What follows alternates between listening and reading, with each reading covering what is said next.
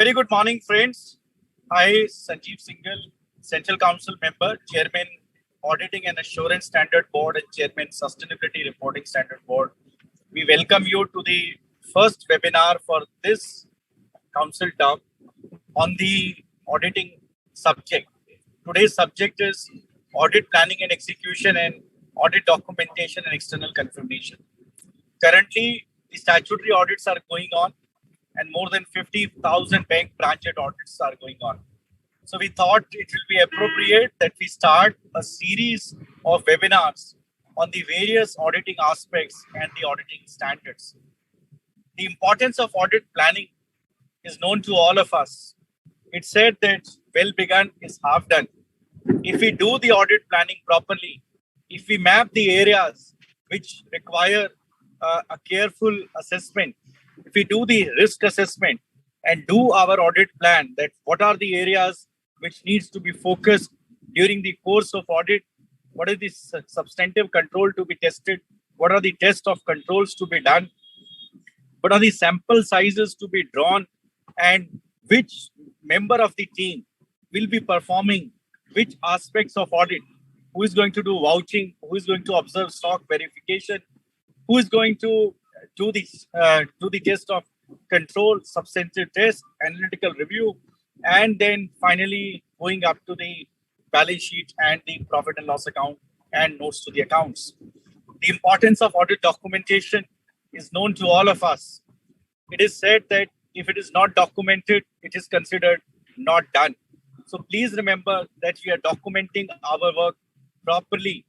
And given the recent rise in the external inspections, it is very, very important that we document our work properly at each stage. And the evidence of the review by the seniors and the partners is also in place. The importance of external confirmations also is known to all of us. Confirmations form a very, very important part of the entire audit process. And normally the confirmations are obtained for bank balances, for debtors, and the creditors. And bank occupy the most important part. Apart from confirming the balances from the bank, we should also take a confirmation about the impending LCs, bank guarantees, etc. And it must be ensured that these external confirmations are obtained directly. I have the pleasure to share with you that today, as a keynote address, I have a very young and dynamic council colleague, CA Abhay Kumar Chajarji, who is also the Vice Chairman of the Accounting Standard Board, and two very young speakers, CA Amit Garg and CA Achal Jain, who will be taking through you with these auditing standards and audit aspects in detail. Let me tell you about Abhay. Abhay, besides being a chartered accountant, has a DISA qualification. He has also done a FAFD certificate course and the IFRS certificate course. Born in 1973, he hails from Bhopal, and he has done his articleship from A.F. Ferguson, Mumbai. So he happens to be my batchmate in A.F. Ferguson. And he's currently practicing as partner with SL Chartered and Company, Bhopal. And he has earlier been elected as a managing committee member of Bhopal branch of ICAI and has been the chairman, vice chairman, secretary, and treasurer during the year 2010 to 2013. He has also been a regional council member of the CIRC during 2013 to 16 and 16 to 19, and has been a chairman, vice chairman, treasurer, and SICASA chairman in the various years. This year, he has been elected as a central council member, and he's joined the 25th council on 12th of February. He's in the executive committee of ICI, and as I said, vice chairman in the ASB, and a very, very important board, Financial Reporting Review Board. He's a vice chairman in that, as well as in the Taxation Audit Quality Review Board also. He's been a speaker at various forums on different topics like bank audits, Companies Act, internal audit, standard audit, peer review, forensic audit, etc., and has taken several sessions in TMCS. His articles are published in various branch newsletters and CIRC. He has worked as a senior audit accountant with Burden LLP, New York, USA, and gained experience. And of course, he is an active Rotary member. He's been one of the trustees of the Chartered Charitable Trust.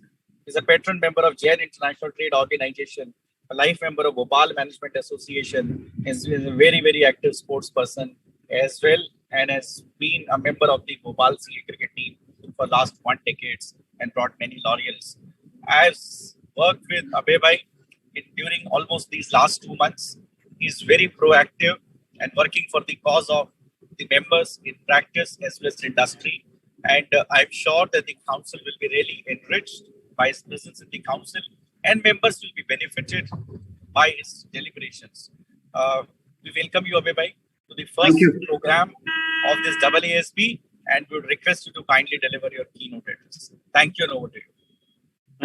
Thank you so much, Sanjeev Singhal-ji, the Central Council member and chairman, Auditing and Accounting Standard Board, a very respectable, I would say, member in the council, and I think, and one of the important committees which also he heads is the sustainability. So I think two important committees which Sanjeev bhai you are handling is very important. I think from the regulator point of view, from the stakeholders, and even from the members point of view, and not just, I would say, in domestic, but even internationally, because we, I think, has been the best in sustainability so far, has been discussed for last few days, and you're doing a tremendous job. So, and thank you very much for making me part of this very important webinar. And I think in the beginning of the financial year, because this is the right time, I would say that where you have even the bank branch audit, which is being conducted by the auditors across India, and where you will have company audits being performed, after the end of this financial year, more particularly with respect to the documentation, which I think you have picked up all the three important standards on auditing, which is, very relevant and at the right time of the year. So congratulations to you and your team for taking this initiative.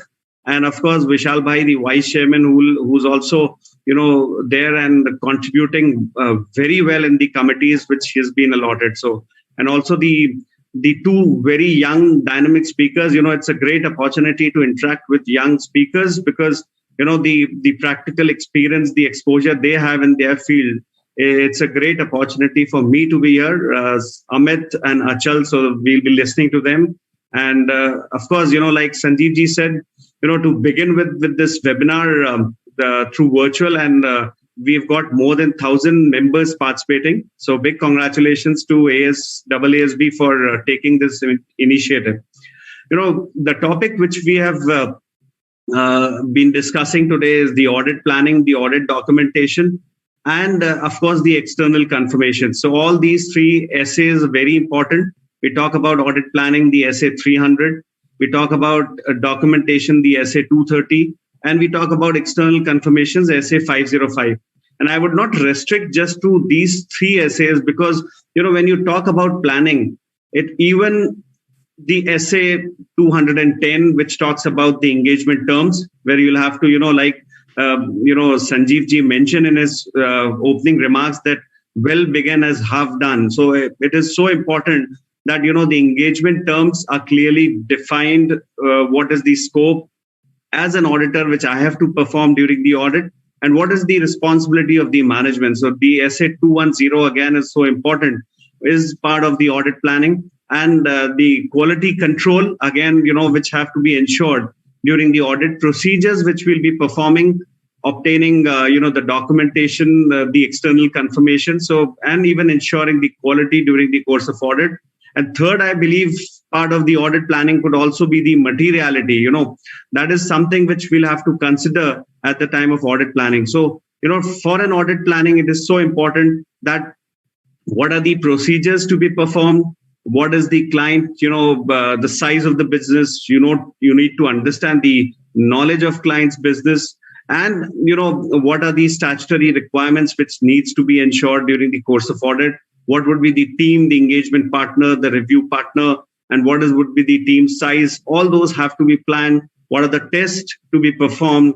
What would be the substantive test? What would be the test of controls, which, has to be taken care. So planning, of course, we'll have two speakers, who will be taking us through the entire essay, which would be very important for the audit planning.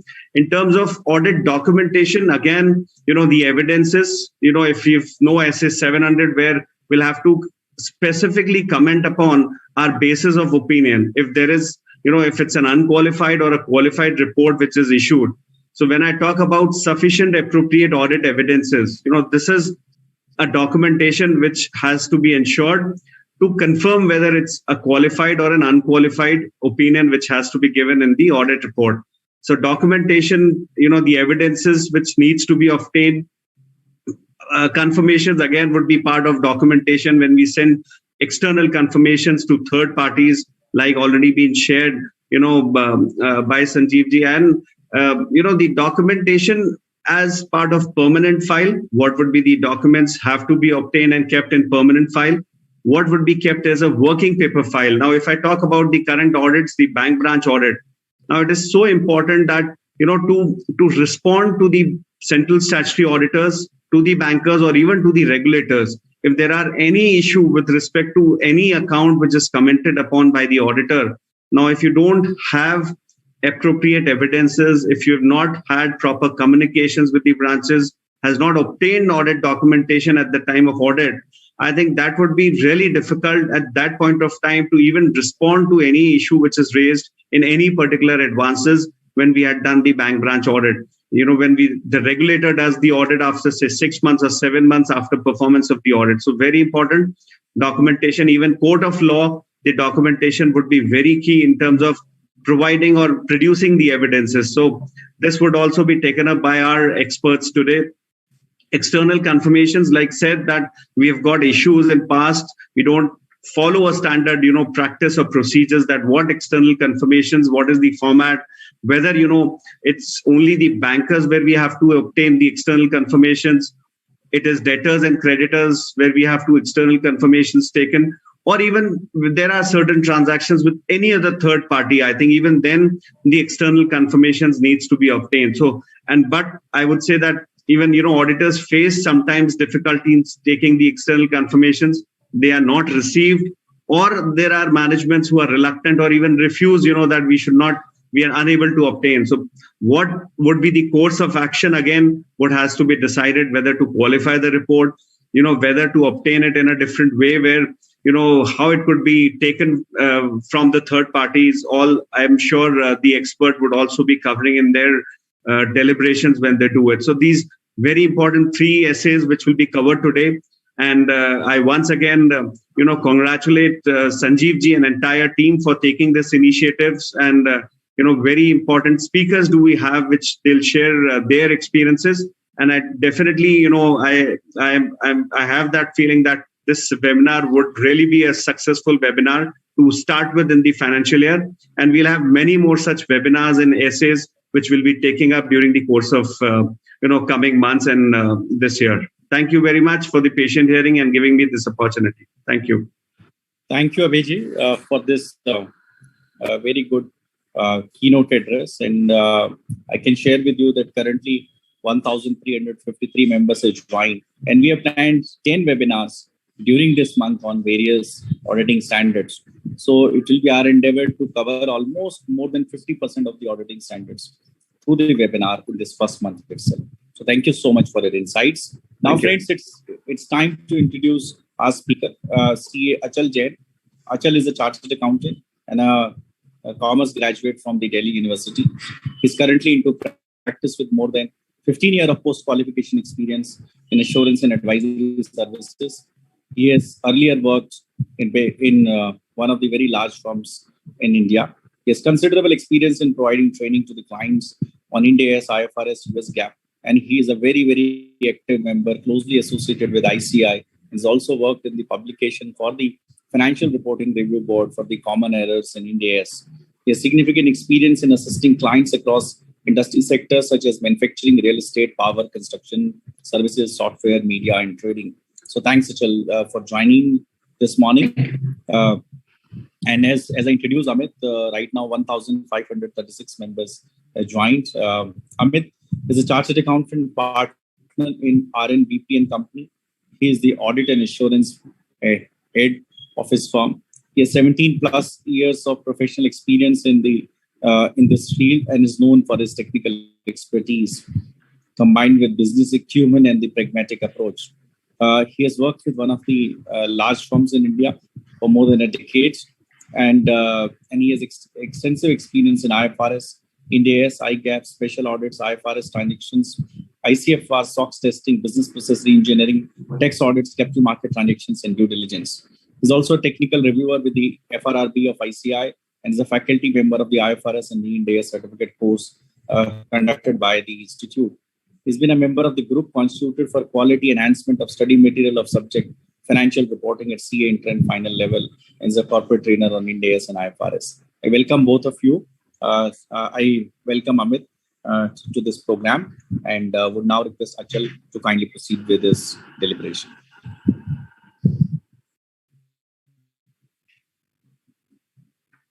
Thank you so much, sir, for the for this, and thanks everyone for joining this session.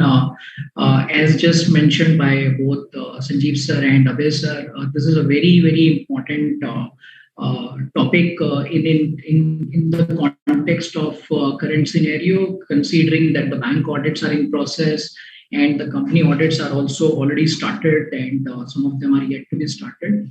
So I just move on to the topic, which is about the audit of the financial statements, and in the context of which we need to plan the work properly. And this is something which is dealt by SA 300, planning the audit of financial statements. As already touched upon around this auditing standard, that this standard is not really limited to planning the audit procedures, but this standard also talks about various aspects of audit which are required to be planned by the auditor well in advance. Secondly, when we talk about audit planning is not something which is required to be done only at the time of beginning of the audit. It is something which is a continuous process and which continues throughout the course of the audit. So even if we plan something and we start the execution, during the course of execution, because of numerous changes which may arise in relation to the transactions which we audit, in relation to the understanding that we obtain about the client base, about the client's business, about client's transactions,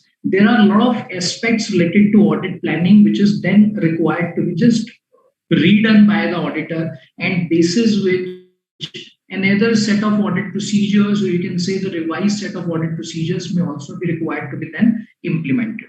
So this is something which is going to be a continuous process and which will be applied throughout the course of the audit. Now, when we talk about the audit planning, first of all, I'll just touch upon some of the key aspects related to the audit engagement acceptance, because this is something which is very important and something which is generally overlooked by many auditors many a time, that we complete the client acceptance procedures. And when we talk about the client acceptance procedures, this involves understanding of the client and understanding of the engagement in the context of independence. Means whether as per the requirements of the Companies Act, whether as per the requirements of the ethics of the ICI, the acceptance of the audit engagement is something whether the audit firm can do or not. Now, this is very important, because if this is not done, this can really impact the audit work at any point of time. So this is something which is very importantly required to be assessed before we get onto the audit. Secondly, when we accept the audit, when we have done this assessment around the independence, it's very important to get into an engagement with the client, an engagement letter, wherein we bring out the complete scope. So that means, again, it's very important to understand what's going to be the scope of work, what is going to be the nature of work which the auditor is required to do, what is going to be the deliverable, what is going to be the timing of audit, and what is going to be the timing of the deliverable. Now, when we talk about all of these engagement scope, etc., in the context of statutory audit, it may be very simple to be assessed. And somebody may argue that statutory audit is something which is defined by the law and which is something which is standard. So why do we need to get into an engagement letter? So what is really the purpose of this engagement letter?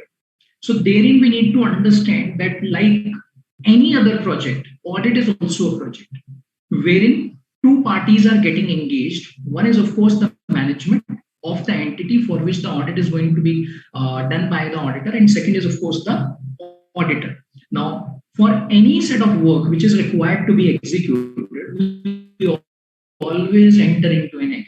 So engagement letter is no different from that. Whether it is something which is the standardized set of audit procedures which we are required to do, which is something which is very clearly defined or not, that doesn't impact this execution of audit.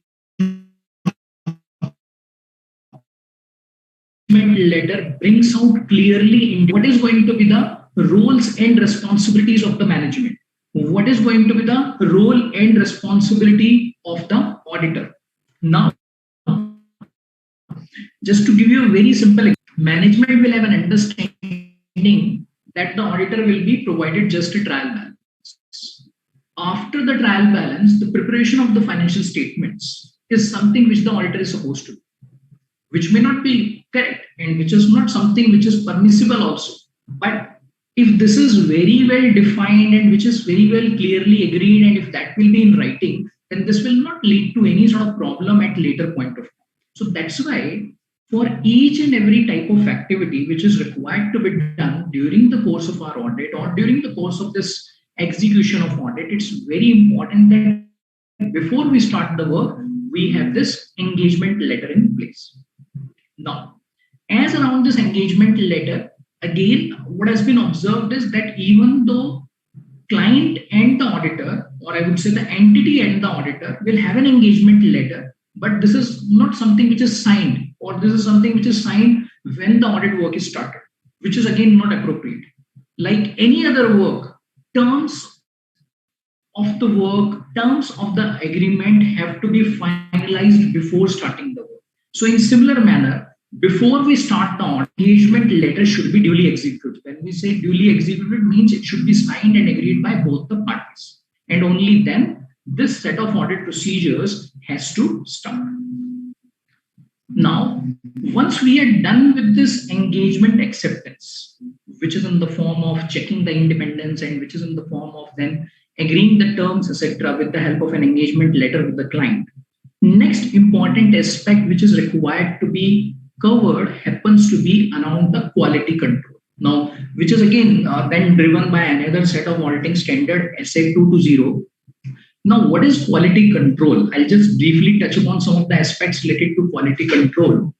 Now, quality control is all about the quality of the audit, or you can say quality of the work which the auditor is supposed to do. And for this quality of work, there are certain ingredients which are required to be then properly taken care of. For the purpose of audit, the most important thing happens to be the audit team. So now, in the context of the audit team, or in the context of the staff or the resources which are going to get involved in the audit work, it's important that the quality of the staff is maintained, which could be through the training sessions or which could be through the reviews of their work.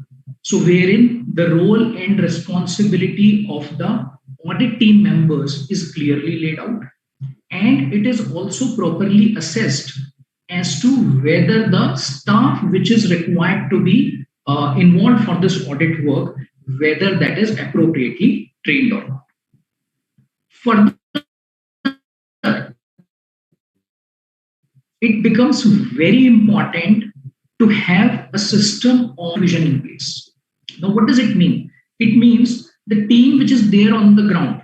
Let's say, for example, a team of 4 members is on the ground, which is involved in the execution. Execution means they are performing various procedures, whether it is about test of various details or rolling out confirmations, or they are involved in analytical procedures. Once they are done with this entire set of work, somebody is there to review their work, who can then check the work of these audit team members in an independent manner, and from a quality perspective, whether the work which the team has carried out at the ground level is appropriate or not, or if there is something which is lacking over there. And this supervision should also be there. While the team is there doing the audit, there has to be a proper supervision of the team members.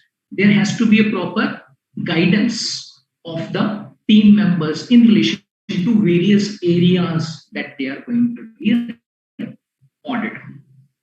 Now, Now, this is again important to ensure the quality parameters.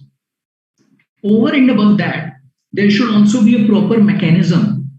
Now, depending on the size of the entity and depending on the requirements of having another engagement partner in it. So one is the engagement partner who is going to be the overall in charge of the audit and who is also going to sign the financial statements. Then there is another concept of engagement quality control reviewer, something which is very commonly called as EQCR. Now, who will be an independent party and who will then be involved in the review of various quality parameters of the overall audit work executed by the audit team, which also includes the engagement partner. Now, how is this going to help the audit? This will again help the audit in terms of improving the quality standards. Because if there is anything which is missed out, if there is anything which needs to be taken care of by the audit team, then this can be added on by the EQCR. Further, this EQCR has to be an experienced person. He will also have the industry knowledge. He will also have a lot of perspectives around the audit which is going to take place. So then he will be able to add on to some of the requirements related to audit. And this entire perspective which we discuss about the quality has to be applied at various stages of audit. So we are not talking about anything which will be considered only at the time of beginning or once the audit is completed. Now, all of these team members will stay engaged throughout the course of the audit. Now, let's talk about some of the planning procedures which any audit team will do. First and foremost happens to be the understanding of the entity. Now, before we start an audit, for us to plan the audit, for us to have an audit strategy in place so that we can chalk out our various audit procedures, we can chalk out the timeline, we can also draw the roles and responsibilities of the various team members. It's very, very important to understand the client, understand the business, understand the important, or you can say the significant processes which are involved within the organization.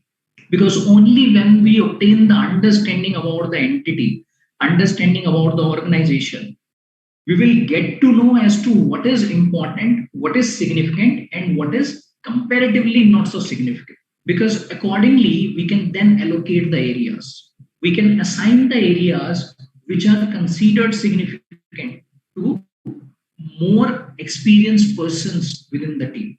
And those areas which are not so significant to less experienced person. And over those areas, we can also assign lesser audit procedures as compared to the other important areas on which audit procedures are going to be quite complex. Number one. Number two, when it comes to significant processes of the organization, for example, if we talk about revenue, revenue is an important process. If we talk about procurement, procurement is again a very, very important process. Similarly, if we talk about payroll, for companies, payroll will also be a very, very important process. Now, whenever we understand about the organization, it is also important to understand as to how all of these processes are being. Because only when we understand about various processes of the organization, we will be able to understand, we will be able to find out as to what could be missing or what are the areas on which audit procedures have to be planned. And this will again become the basis for the engagement partner or for the senior members of the audit team to then plan the other team members for the purposes of audit. Over here, something which is then required to be considered by the audit partners happens to be the selection of the audit team. Now, depending on the size of the entity, depending on the kind of audit procedures, audit team is required to be selected. So if it's going to be a large size engagement, therein again, depending on the time frame which is required. Time frame means whether the audit is required to be completed within 1 month or whether the audit is required to be completed within 15 days. Depending on that, the number of audit staff is required to be picked up. And this set of audit staff, which is then picked up, will again be considered appropriately. Why? Because we should have a right set of person for the right job.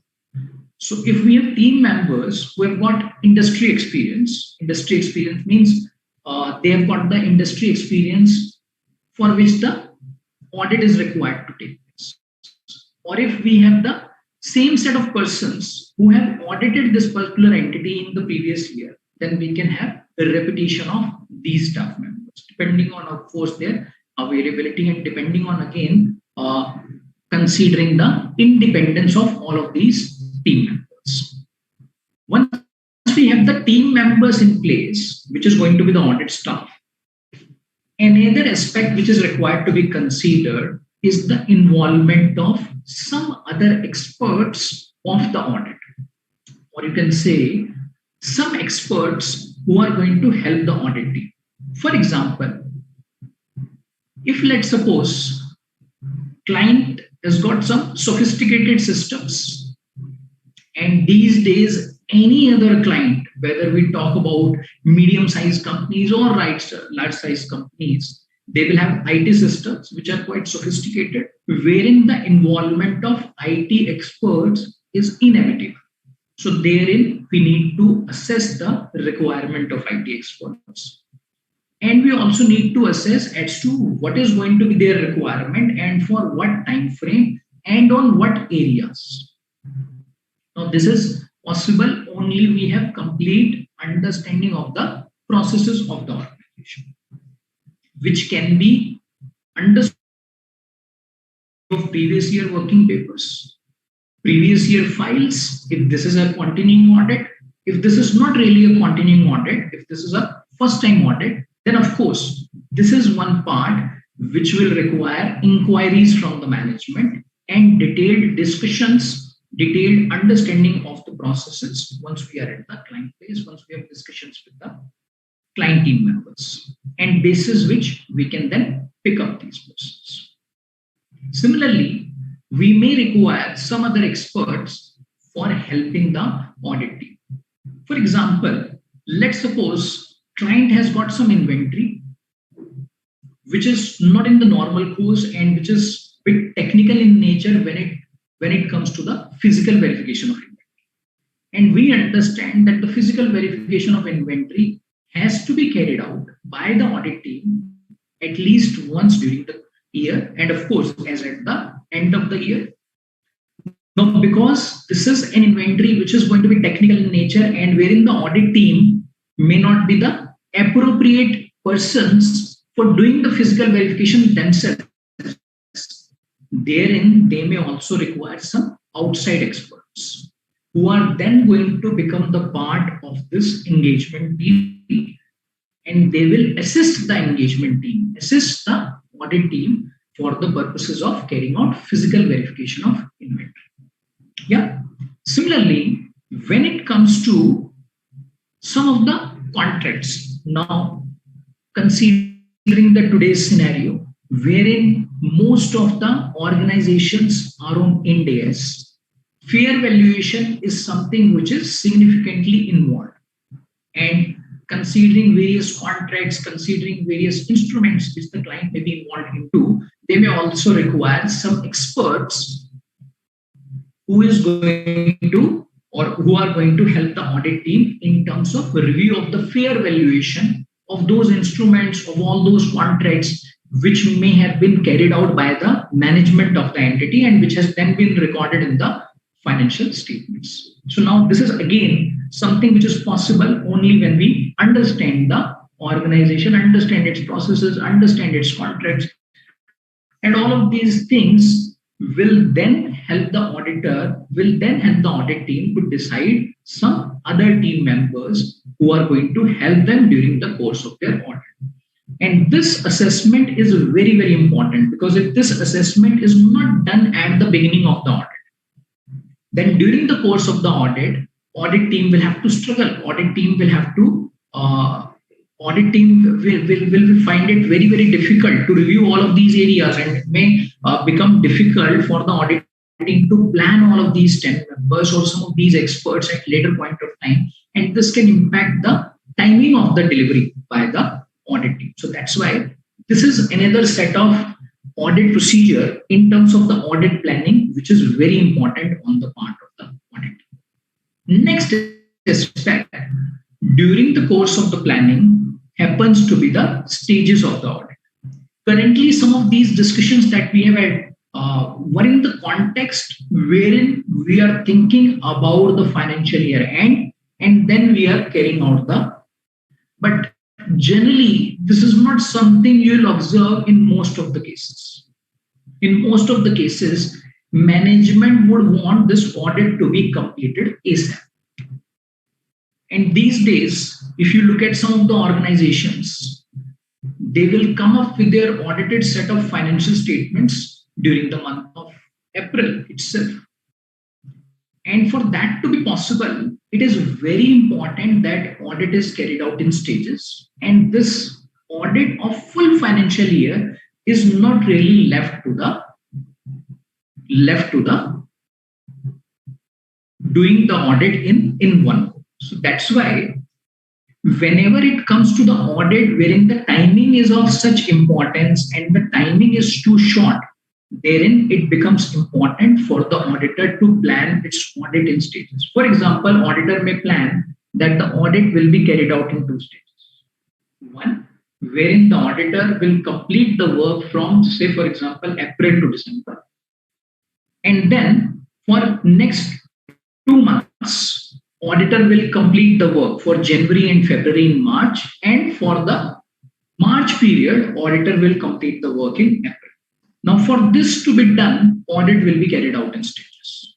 Now, this is again something which has to be assessed by the auditor on the basis of discussions with the management. And this is something which will again impact the audit procedures at various points of time. Some of the audit procedures which are in relation to rolling out, say, audit or rolling out, say, external confirmations will have to be then decided accordingly. Some of the audit procedures which could be in the context of checking of details. Say, for example, if we have to check the depreciation, how the depreciation has to be checked. So, first of all, it will be completed for first set of period, which is April to December. Then, of course, it will be completed for January to February and for the last period. Now, over here, another set of audit procedure which becomes important is the test of details, wherein we are going to check the invoices, wherein we are going to check the underlying contracts, or wherein we are going to check the controls in relation to various transactions which are carried out. Now, this is another part of activity which is required to be planned by the auditor appropriately. And over here, another very important thing which becomes which is required to be taken care of by the auditor is to avoid any sort of over audit or duplication. For example, if we first of all complete the audit, say from April to December, then what is going to be the sample selection for the audit purposes? What is going to be the size of the sample? And if this is going to be, so let's suppose if we select 50 samples for checking revenue transactions, then from January to February, what is going to be the sample size? Now, do we select another 50 transactions or do we select 20 transactions for this January to February period? And if we go to March period, what is going to be the sample size? Now, all of these factors will have to be considered by the auditor. Why? Because it should not really happen that once the audit is completed from April to December, and when the auditor is doing the audit of January to February, then he is just revisiting the previous period. So this again can have the impact on the timing of the audit. So that's why over here again, it becomes very important for the auditor to take care of these factors. Next important aspect, and which is something which is a continuous process throughout the audit planning, happens to be the materiality. Materiality is very, very important. Materiality is not only important for the auditor, but the management also. Now, why is it important? Because materiality is something which will help the auditor to decide as to what are going to be the key areas and what is going to be the threshold. So, for example, if we talk about a company which has a turnover of, say, 5,000 crore and which has a volume of transactions wherein the revenue transactions are running into lakhs. Now, how will the auditor audit the revenue, or what is going to be the sample selection criteria? Now, what is going to be the basis for considering the threshold? We all understand that audit is all about giving a reasonable assurance. So we are not going to check anything on 100% basis. That is not possible. And that is again not something which is expected on the part of the auditor. Now, this is one area over which materiality helps the auditor. Materiality helps the auditor for sample selection. Materiality helps the auditor in terms of drawing a line over which the misstatements, if any, if arise, they need to be taken care of by the auditor. And this materiality determination is something which the auditor will do first of all when he will begin the audit, for which he can consider various benchmarks. So we have various benchmarks available. It could be based on the profits of the organization. If the profit pattern is something which is consistent, if the profit pattern is not something which is consistent, then of course we have the revenue as the criteria, which can also be considered. And we have various other criteria in the form of total assets or in the form of net assets, which are required to be considered by the auditor depending on the type of the organization he is auditing. And like we discussed, that audit planning is something which is continuous. So this audit materiality is something which needs to be revised by the auditor, which needs to be reassessed by the auditor throughout the course of the audit. It's not that the materiality which the auditor has picked up at the beginning will continue forever. No. Say for example, auditor has picked up a materiality of 1 crore at the beginning. That lot of adjustment entries have been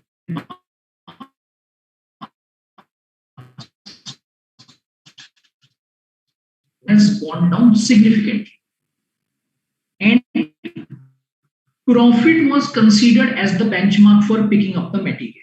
Now in such a scenario, because the profit was considered as the benchmark, basis which 1 crore was considered as the materiality, and now because the profit has gone down significantly, so it may happen that after all of these adjustment entries have been passed during the course of the audit, this 1 crore materiality which was determined by the auditor earlier may be now significantly higher, and which may need to be cut down.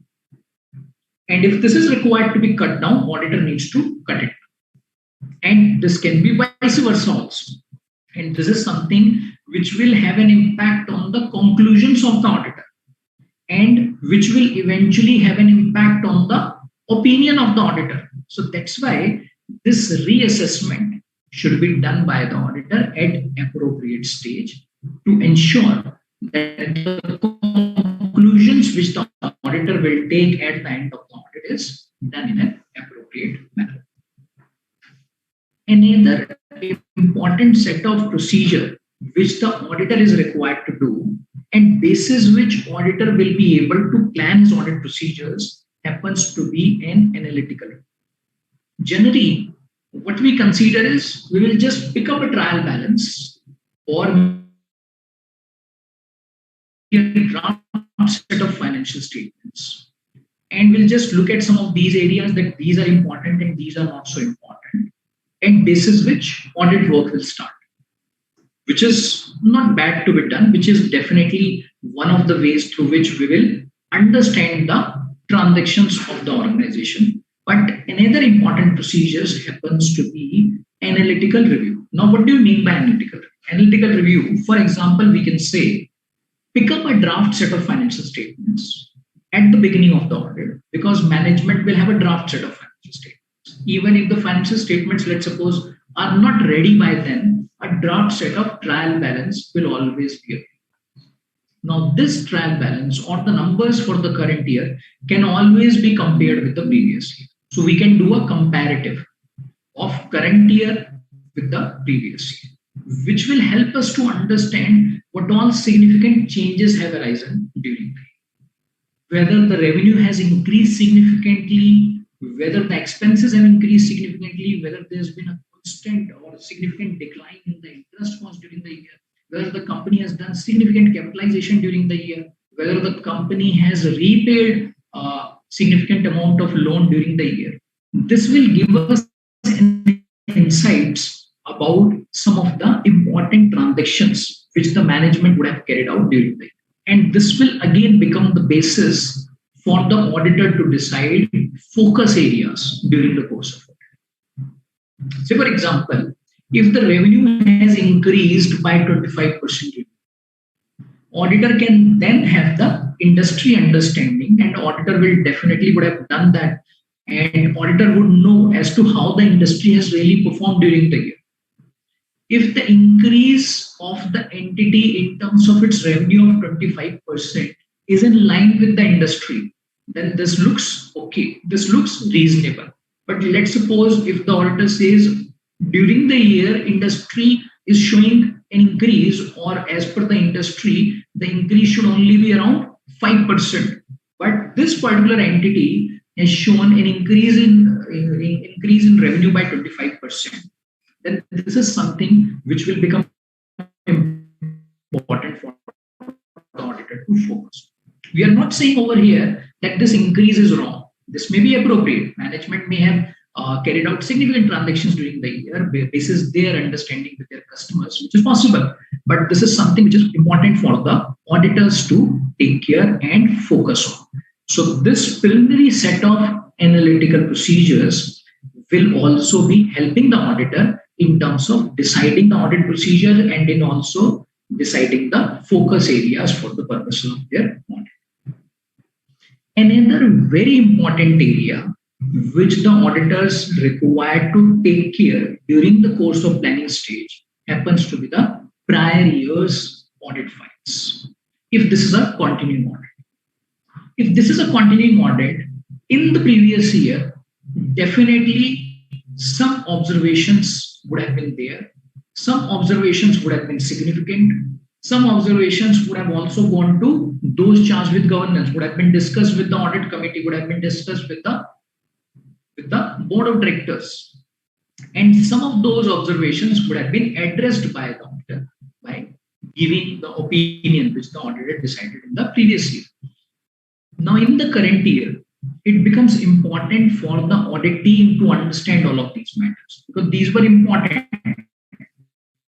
And it's important to understand as to how these were dealt in the previous year and whether these matters will also have some impact in the current year or not. If they will have some impact in the current year, then this is something which can then be planned in advance. Audit team will not have to just go and find all of these observations once again, because they know that these were the observations which were there in the previous year. So that's why this will really help the audit team, and they can just leverage on this. They can just take help from all of these aspects. If this is done, then the auditor will be able to cover so many things which were covered with the help of all of the audit procedures which the auditor would have carried out in the previous year. Let's suppose this is not a continuing engagement. This is a first year audit. Then, of course, this help of previous year working papers will not be available to the auditor. In such a scenario, auditor can definitely have detailed discussions with the management. Auditor can have detailed discussions with the management in relation to their previous year's audit. Because in such a case, auditor will not have access to the previous year's working papers of the previous year. But definitely by getting into discussions with the management, by getting into inquiries with the management, auditor will get some insights as to what were the key areas, which were the important areas which were there in the previous year. This can also be available to the auditor if this happens to be a listed company wherein the CAM is applicable, because over there, auditor would have definitely highlighted some of the key audit matters, and auditor can then have discussions around all of those areas which will help the auditor to get those insights around it. Secondly, when it comes to a new audit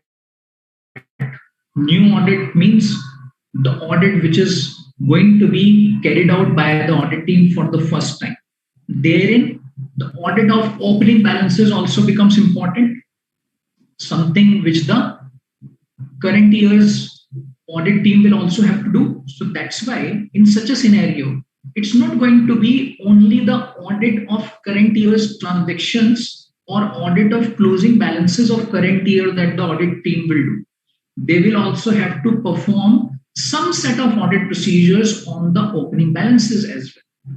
So therefore, for the purposes of planning, in case this happens to be a first time audit for the audit firm, planning of all of those procedures in relation to opening balances becomes important.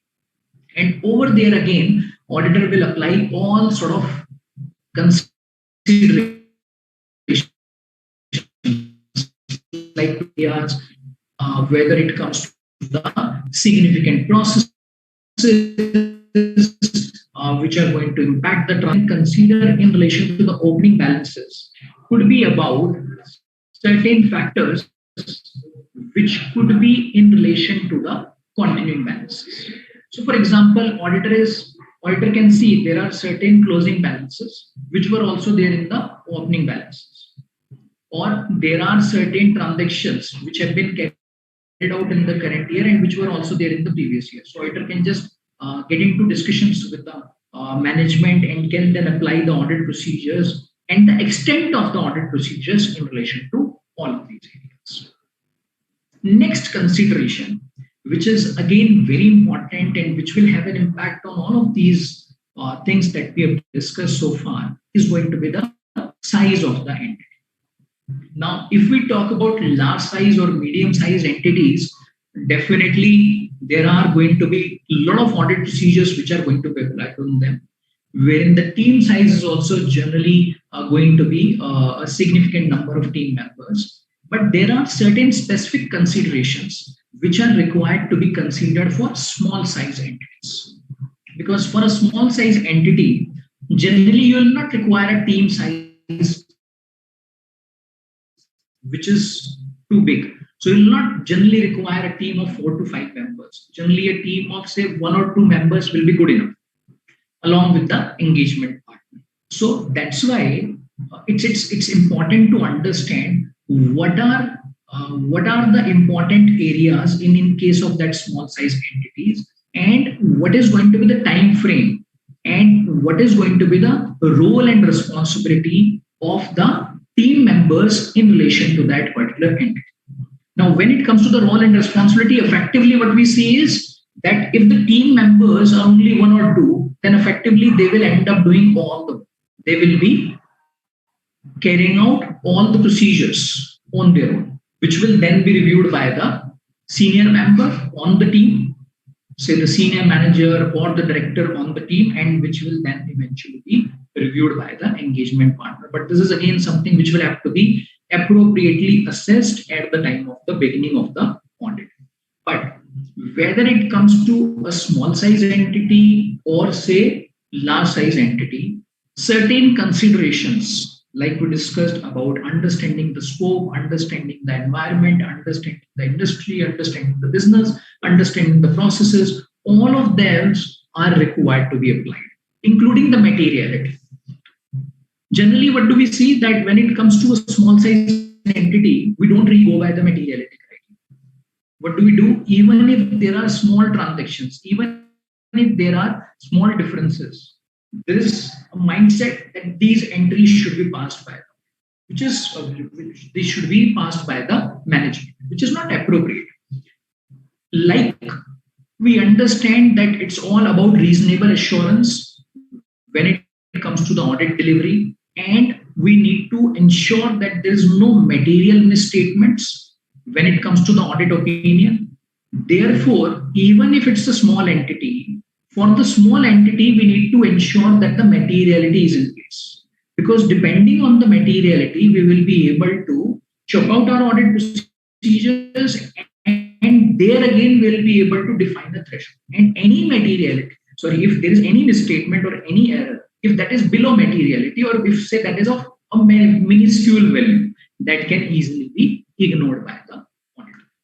Now, all of these aspects, like we discussed, are very important, and that's why it's important to ensure that these are documented.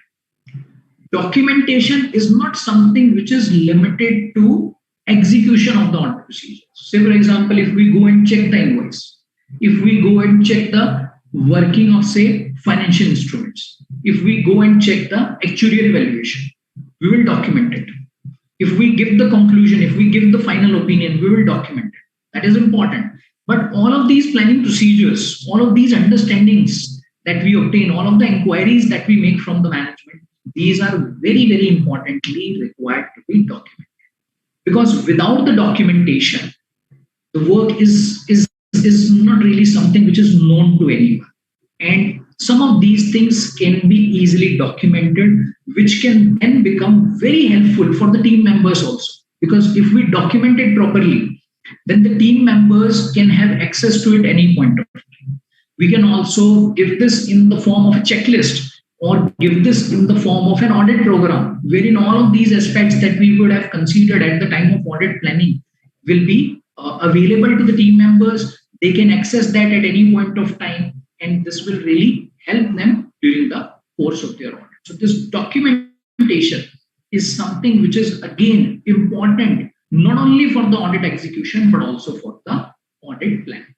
And basis this audit planning, we will then decide as to what is going to be the extent of the audit procedures, and what is going to be the extent of the control procedures, what is going to be the extent of other set of audit procedures, whether it is about test of details or whether it is about analytical procedures which are required to be performed.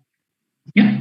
So with this, I would say I've just tried to touch upon some of the aspects related to audit planning and some of the considerations which are very, very important in the context of the audit planning. And audit planning is not something which is limited to the statutory audit. Whether we are doing any sort of audit of the financial statements, all of these factors are required to be considered. So I'm sure this would have helped you. And as we discussed, I'll just repeat once again that audit planning is again something which has to go in conjunction with various other things. It has to go hand in hand with the execution. It has to go hand in hand with the conclusion, and this is something which is required to be reassessed at every point. So this, I would just like to thank you for your time, and happy to have your questions if any.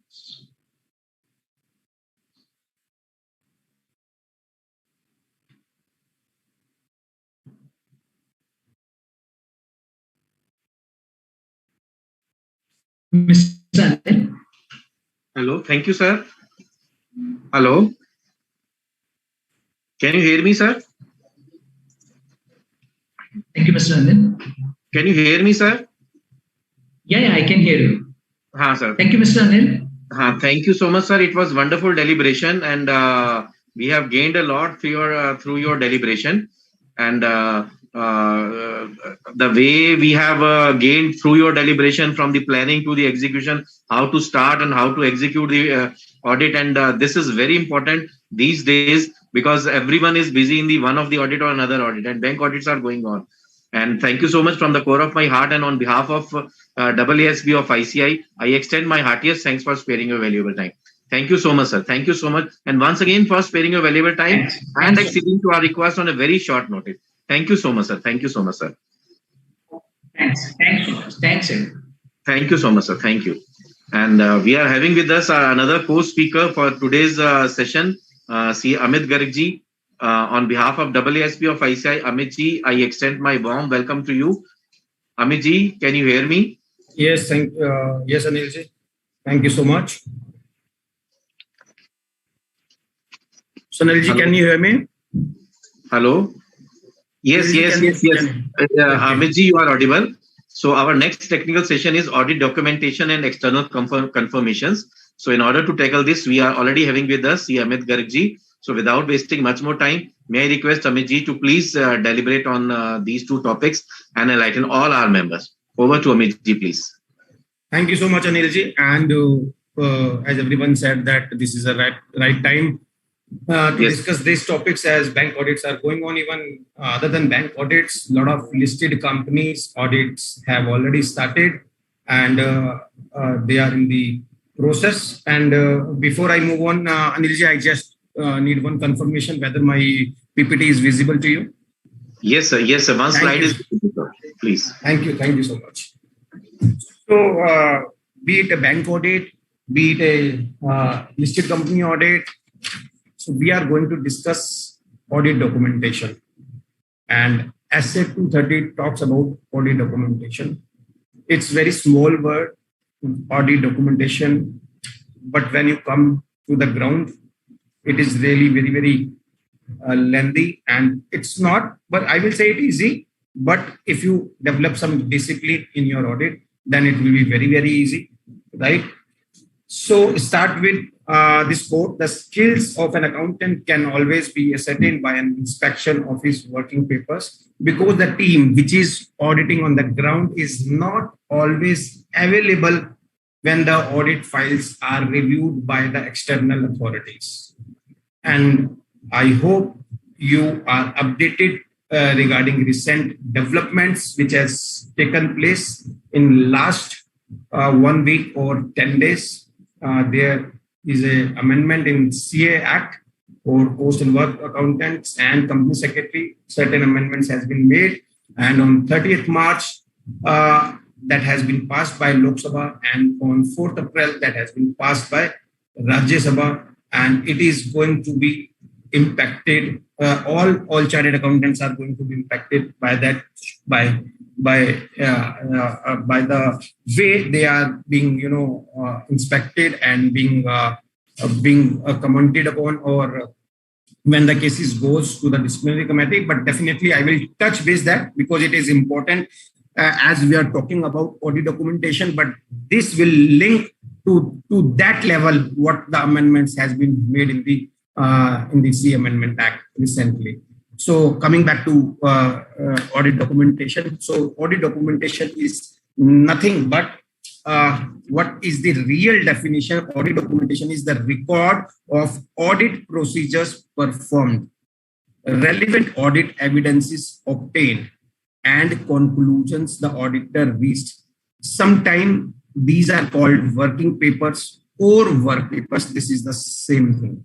And what is that? We also heard the word audit file. What is audit file? This is nothing but one or more folders or other storage media, whether in physical or electronic form, containing records that comprise the audit documentation for a specific engagement.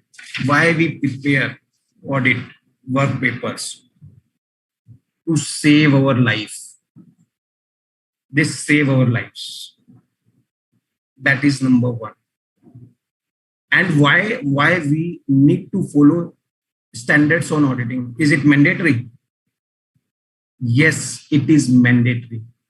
As per section 143, subsection 10 of Companies Act, central government has prescribed standards on auditing in consultation with ICI and NAFRA.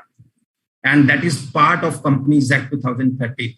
And as per section 143, subsection 9, auditor has to mandatorily comply with these auditing standards to give an opinion on the financial statement, to issue an audit opinion. So this is a mandatory requirement. We don't have any choice.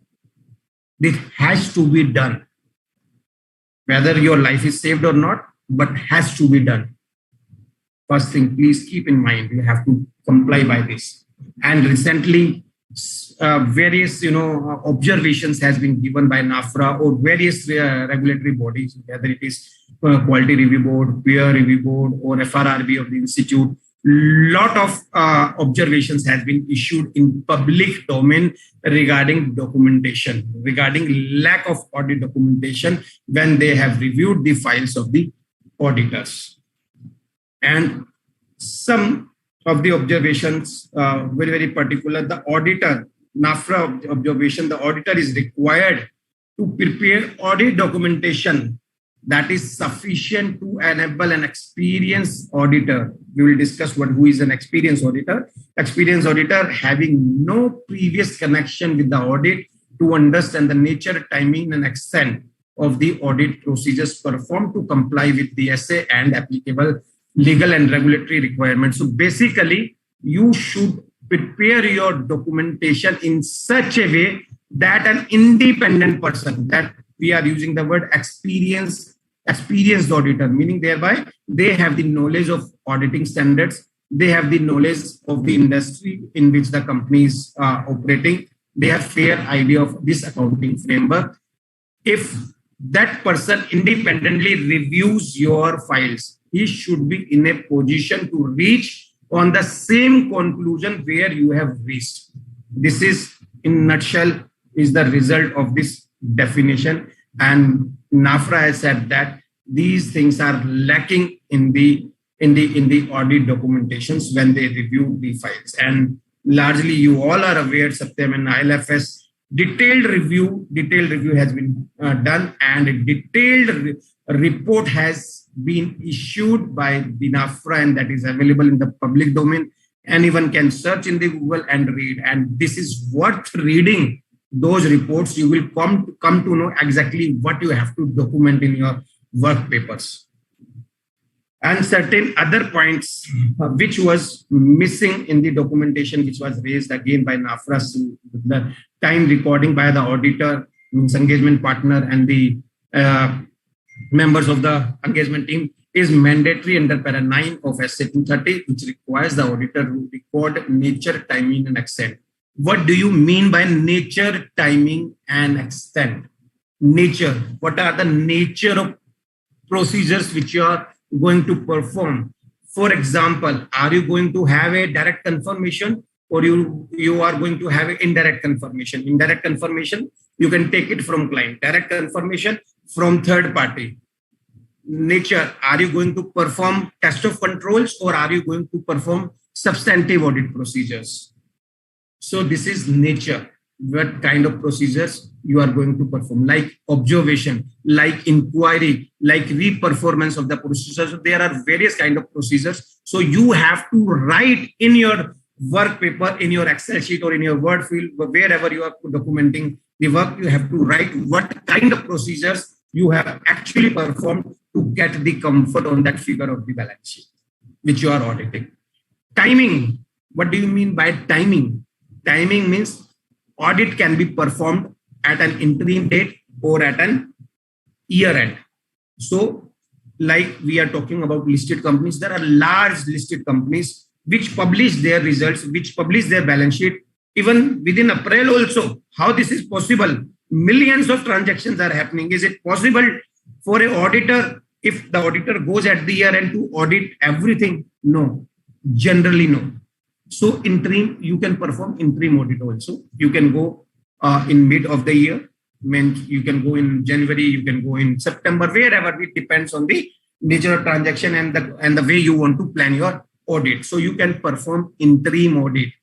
So, for example, if you roll out the confirmation, direct confirmation, it will take time, because the procedure will take time to get back the confirmation from the third party. And you have to close your results, say, by 25th of April. So maybe it is not possible to get the confirmation and complete all the process by that time. So you can roll out the confirmation at interim date also. For, let's take an example, for December balance, you are doing the audit for March 22, but you can perform the confirmation on December balance. However, if you are performing an interim procedure and you are getting the confirmation at a December balance, you will have to perform additional procedure that is called roll forward procedure from December to March, because ultimately you have to give your opinion on the March figures. So you have to get comfort on March figures. How you get it? You need to plan it.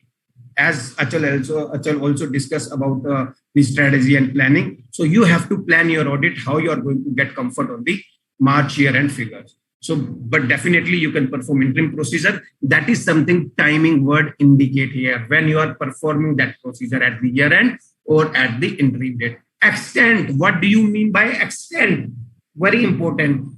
Again, it is not possible to audit all the transactions, because millions of transactions are happening in the company, thousands of transactions are happening in the company. It's not possible for you to verify each and every item. So we discuss regarding materiality. So materiality is a word, means above which you need to perform certain audit procedures. Not all transactions are required to be verified. This is called the risk-based audit. So even your standard, our auditing standards talk about materiality, and we can select that may be based on turnover, that may be based on profit of the year, that may be on the total assets. There are various ways through which you can complete your materiality, but that is the call which you have to take depending on the nature and size of the company, right? Then extent means to what extent means out of 1,000 transactions, you are checking 25 transactions. You are checking 10% of the tolerable error, means 10% of the planning materiality, 25% of the planning materiality, the transactions above which you will verify. That is the extent, means how much transactions in terms of quantity you are going to verify. So all these things you have to write in your work paper. This is a requirement which standard talks about nature, timing, and extent. I hope you understood what do you mean by nature, timing, and extent. Extent means in terms of quantity, how much samples you are going to test. Timing, interim date, at year-end date. Nature means observation, inquiry, re-performance, recalculation. These are the type of procedure. Direct confirmation, indirect confirmation. These are the type of procedures which you have to document whatever you are doing to satisfy yourself regarding the figures on which you are giving opinions. Again, so if there are any critical matters, that also needs to be communicated to those charged with governance. Meaning thereby the directors are sitting, independent directors are sitting in the audit committee. So it is your duty as an auditor to tell them the significant matters which you have encountered, and those matters may be key item testing, on large entities based on certain threshold on which this key item reporting is required. So those may be the important items, and other than that also some important items may be there which needs to be communicated to those charged with governance. Like during COVID, there was slowdown in the business. There was losses happening in the company. So going concern was a big issue. So that is one of the topics that you should discuss with your independent committee. Valuation, impairment, any significant item. Suppose if revenue recognition is a complicated thing, then you can also discuss that. So this is up to you and the nature of the business and size of the company. You have to decide on which items you have to discuss, which is of a significance for your audit as well as for the company. Then the audit firm had to explain that they were not required to keep all. Yes, so as a standard, it says that you are not required to keep each and every transaction or agreement which you have seen at the client to satisfy yourself. Standard says whatever is important, that extract or copies of that you should keep in your work paper. So if I talk about initial, when you start with the client, so generally we divide the entire audit into 4 phases. One is called planning, then second is execution, third is closing, and last is reporting. Generally, these are the 4 phases broadly which we can classify regarding the audit. So in planning, you start the audit, you start the engagement. So engagement letter is very, very important. You have to get it signed by you as well as by the client before the start of the audit. This is a mandatory requirement. And generally we know that we start the work, but maybe either we don't take it or we take it at the end. Okay, let's start the audit, but we can take it during the period. No, please take it before start of the audit. Keep it in your work file. This is very, very important. And then after getting the engagement letter, you know what is the scope. So statutory audit simply, right? You start the audit, you take the financial statements from the client, not the trial balance. You take the financial statements, because preparation of the financial statement is the responsibility of the management, not of the auditor. And recently, if you are aware, MCA, Ministry of Corporate Affairs, is sending a lot of notices to the auditors because some of the information was not attached with the financial statements. Even simply tally data was updated or tally balance sheet is updated, notes to accounts is missing, certain other information is missing. Please be aware, it is your responsibility. Preparation is definitely a responsibility of the management, but verifying, as you are giving the audit opinion on the financial statements, you are not giving the opinion not only on balance sheet or P&L, or cash flow. No. Financial statement consists of balance sheet, P&L, cash flow, notes to accounts also. So that is an integral part. Notes is an integral part of the financial statements, and you are giving opinion on the financial statements. So it is also your responsibility that notes to accounts is also being audited by you when you are giving audit opinion. Okay. And all these standards is to be applied holistically. And this audit documentation requirement comes from all these standards, is auditing standards. This is wherever, whatever you are doing in any standard, that is to be documented. Like you started the audit, engagement letter is to be documented. You planned your audit, okay, you will go for control testing, you will go for substantive testing, what controls you have to test, what walkthroughs you have to perform, that is to be documented. What kind of transaction, whatever transactions you have verified, that has to be documented. What is the threshold, what is the computation, how you have computed the materiality, what is the audit sampling you have applied, everything is to be documented. And believe me, this is your lifesaver. I have practically seen people going behind the bar in absence of audit documentation. And no client is coming to give you food when you will be behind the bar. So please rigorously and in spirit follow all standards on auditing. Automatically your life will be saved, your documentation will be saved, and it has various benefits. I give you few examples of the benefits. Not only for you, even client will also get benefited. I tell you how. Initially, maybe there may be restrictions, but how the client will also get benefit by documentation. First of all, why? Because there are various regulatory inspections that will prove that you have performed appropriate due diligence while conducting the audit, that your documentation will speak. You can plan your audit very well, because if you have all documentation ready for the previous year, maybe every year there is no same team members, new team members are coming in, you need to show their documentation. If documentation is ready for the previous year, you can show them, you can train them, you can give guidance how to plan, you can plan new next year audit. That will help make them understand the client business and what is going to be done for the current year audit, right? How it is important for the client also, how it is beneficial to the client also.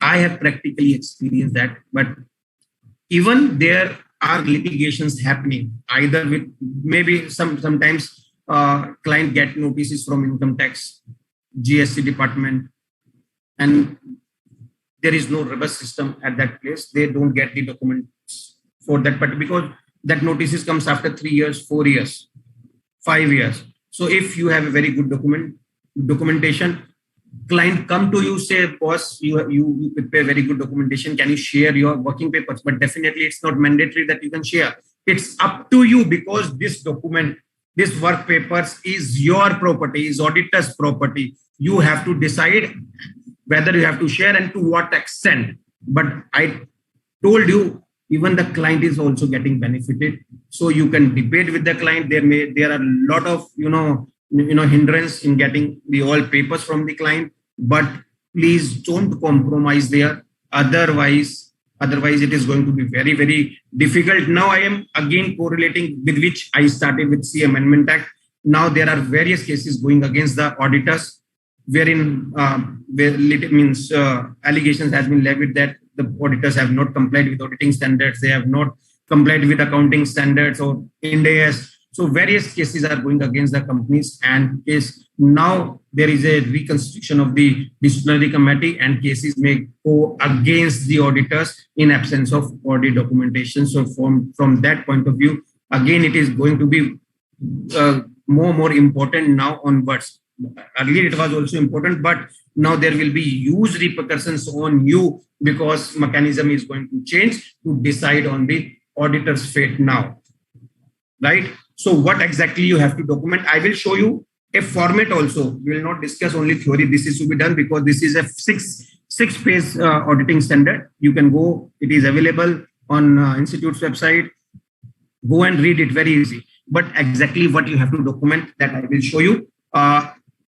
Auditor's responsibility to prepare audit for an audit of FS. This is your responsibility. We discuss what exactly you have to document. All engagement letter, execution, conclusion, what you will get, conclusion, final set of financial statements which you are audited, and the more important thing is letter of engagement. Letter of representation, that is called management representation letter, MRL, management representation letter.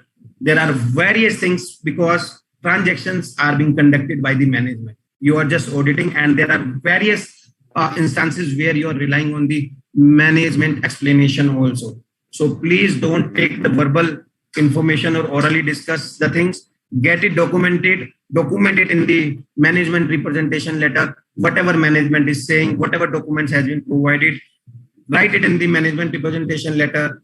Get it signed from the head. It is also written who has the authority to sign the MRL. Please mind it. No one means maybe you go and MRL is signed by any lower level staff in the client. No, it has to be signed by the managing director, head of who is signing the financial statement, who is authorized to sign the financial statement, and generally the managing director is there and other directors are also there, but it is clearly written that managing director has to sign the MRL. If audit board or audit committee authorize someone else to sign it, then that person can sign management letter. Very, very important document, which again should be in your file. What all are the applicable laws? So as you understood in the audit planning, you need to understand the business of the client.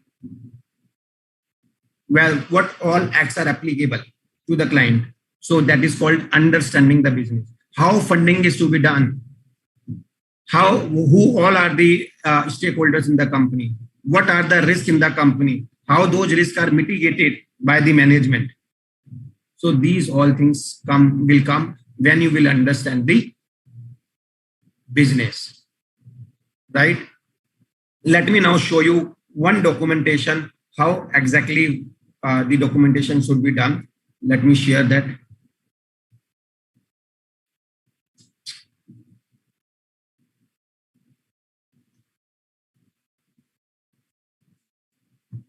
Anilji, again confirmation, is it visible? My screen is visible, Excel file?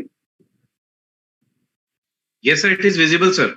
Okay, so just a glimpse of the documentation, which this is not the exhaustive thing, just a glimpse for cash and cash equivalent, how documentation should be done. As we discussed nature, time and extent, what generally that will be covered here.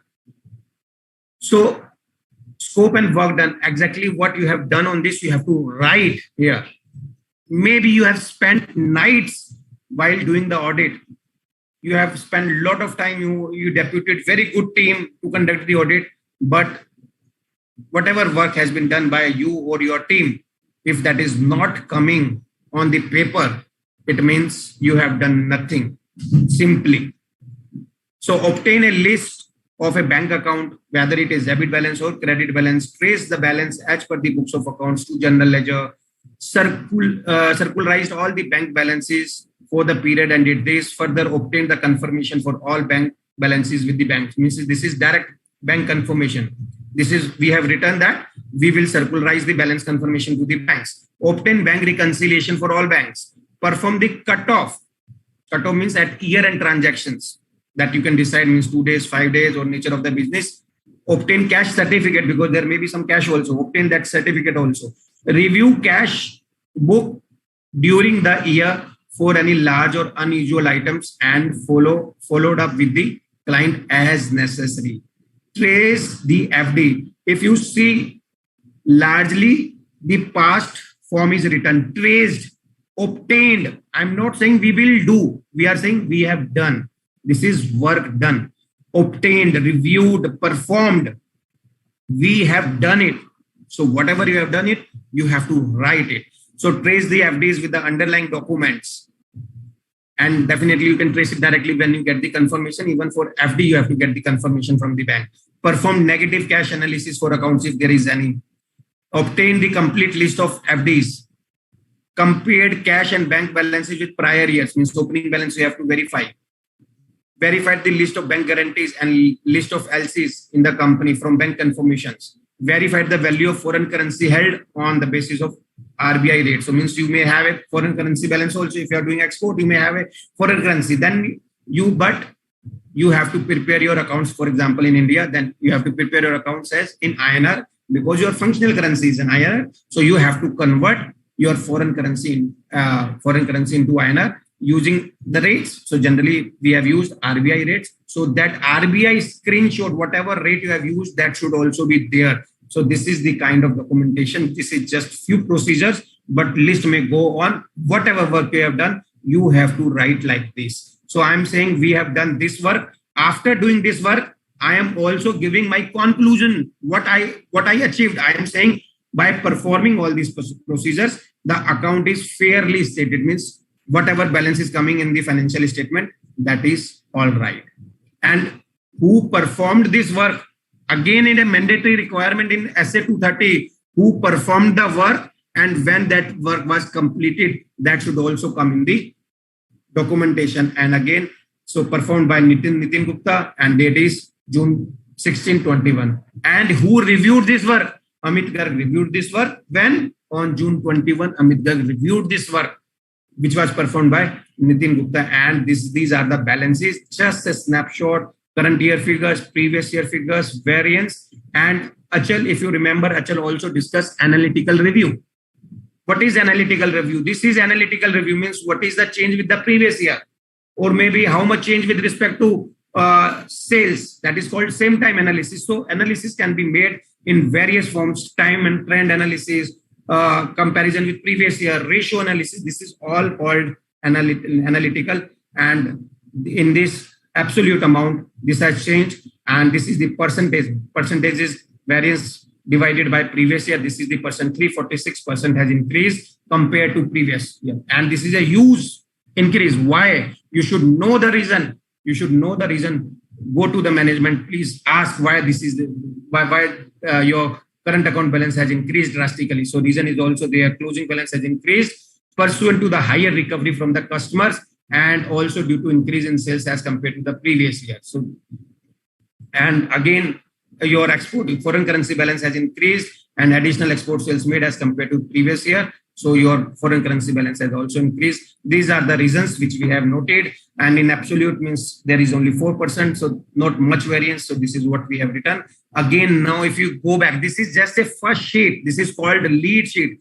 Now you have to verify what consists of this 40 crore. If you go back to the 40 crore, this is the 40 crore. These are the accounts. Basically, these are the 6 accounts, because we have shown this highlighted amount separately. Other than this, we have 6 accounts, and the balance is this much in the current year. And opening year, this is again variance. Variance we explained. Now, what you have to do on this current account, you have to verify. You have to obtain bank reconciliation. You have to get the balance confirmation. If I go further in this, I go further in this, you see what we have done. So these are all 6 accounts. Balance as per book is this much. This is opening variance. Again, what are the adjustments in the bank record? So in this account, there is no adjustment, and adjusted balance is same. And as per book, balance is this, no difference. And we also got the balance confirmation, that is direct balance confirmation. We wrote here as per bank direct confirmation. This is the balance which we got. And what is there any difference which the management has shown and which we have obtained directly? There is no difference. And we have also verified bank reconciliation here itself. There was in one account, there was certain items. If you go on this, you will get the bank reconciliation and subsequent also what we have done. And this balance was coming in the bank record. We checked the subsequent status. This was cleared subsequently. So this is how the working is to be done, and whatever work we have done, that is also appearing on the top of the sheet. This is how the work has been documented. But again, I am saying this is not the benchmark. This is not the standard. Documentation means you can document in any way. whatever way you like. It's not defined that you have to prepare like this. The way I liked it, I documented it. But document somewhere which can demonstrate that exactly you have performed these procedures and you have performed your due diligence. You have not signed the balance sheet without looking at the balances, without obtaining appropriate audit evidences. You must have heard the word sufficient and appropriate audit evidences. Two word is being used here. Sufficient. Sufficient is related to quantity. Sufficient means you got this sufficient in terms of quantity audit evidences. For example, there are 1,000 transactions and above my threshold, there are only 5 transactions. I verified that, I obtained the evidences. 5, that is sufficient. And appropriate means qualitative aspect. Whether these 5 transactions is giving you comfort to give the opinion on that figure. So this is sufficient and appropriate. Appropriate means qualitative aspects. Sufficient means quantitative aspects. If I talk about appropriate maybe in case of bank confirmation, that is more appropriate to get the confirmation directly from the banks. So that is more appropriate because quality, that is persuasive evidence. It is giving me more comfort on the bank balance rather than getting the confirmation or bank statement from the client. Okay. So I'm coming back to my presentation. I hope I'm back to my presentation now. Anilji, this is visible now, PPT again? Yes, sir, visible, sir. Thank you so much, sir. So specific requirements of other assay do not limit applicability of this assay. All assays give some guidance what exactly you have to do: audit planning, audit strategy, control testing, substantive testing, management representation letter, those communication with those charged with governance, whatever you are doing. More or less till so far 38 auditing standards has been issued. 38. There are different series, some on assurance, on some on review and all. 38 standards has been issued so far, and from those auditing standards, some documentation requirement will come. Whatever work you are doing there, please document in any format. Okay. So to prepare audit documentation, provide sufficient and appropriate. We discussed sufficient, quantity, appropriate, relevant. Record of the basis for the auditor's report. Evidence that the audit was planned and performed in accordance with SA. Means by doing this, what you are complying, you are saying I am complying with the auditing, I am complying with the Companies Act also, because section 143 subsection 9 mandates you have to comply with SA. So by doing this documentation, you are complying with the Companies Act, you are complying with the Code of Ethics, you are complying with the Chartered Accountant Act. So various regulatory requirements you are fulfilling by doing this. Okay. Need for working paper. Why you need it? While discharging their attached function. So in the handbook which has been issued, pronouncement has been issued by ICAI also, which says while discharging their attached function, it will be the duty of the members of the institute to ensure that the standards are followed in the audit of financial information covered by the audit report. So it may be STAD audit, it may be internal audit, it may be concurrent audit, it may be special audit. So whatever, it may be branch audit, whatever is the kind of audit you have to make, you have to do your audit documentation for the work which you are doing, and you are issuing your audit opinion on that, and that is a mandatory requirement, no choice again. If for any reasons, okay, there may be certain circumstances, but very, very rare circumstances, but practically I have not come across to that situation which says if for any reason a member has not been able to perform an audit in accordance with the same, means in accordance with the SA, standards on auditing, his report should draw attention to the material departures therefrom. If you have not complied with certain requirements which is given in the standards, you have to bring that fact in the audit report also. And these all are the regulatory requirements or acts from where this documentation comes in. So your Chartered Accountant Act, Code of Ethics, Companies Act, peer review, all I said is these all says that whatever work you are doing, you have to document in sufficient detail. And one of the work paper I have shown you just for your reference, but the only message is that you should document appropriately and in sufficient detail. If any independent person, so if regulatory review happens, suppose NAFRA comes and review a work paper, so that is the experienced auditor, that is they are the independent person. If they should be able to review your files without sitting you with them, if they are able to understand what work you have done, how you have reached to the conclusion, it means you have sufficiently and appropriately documented your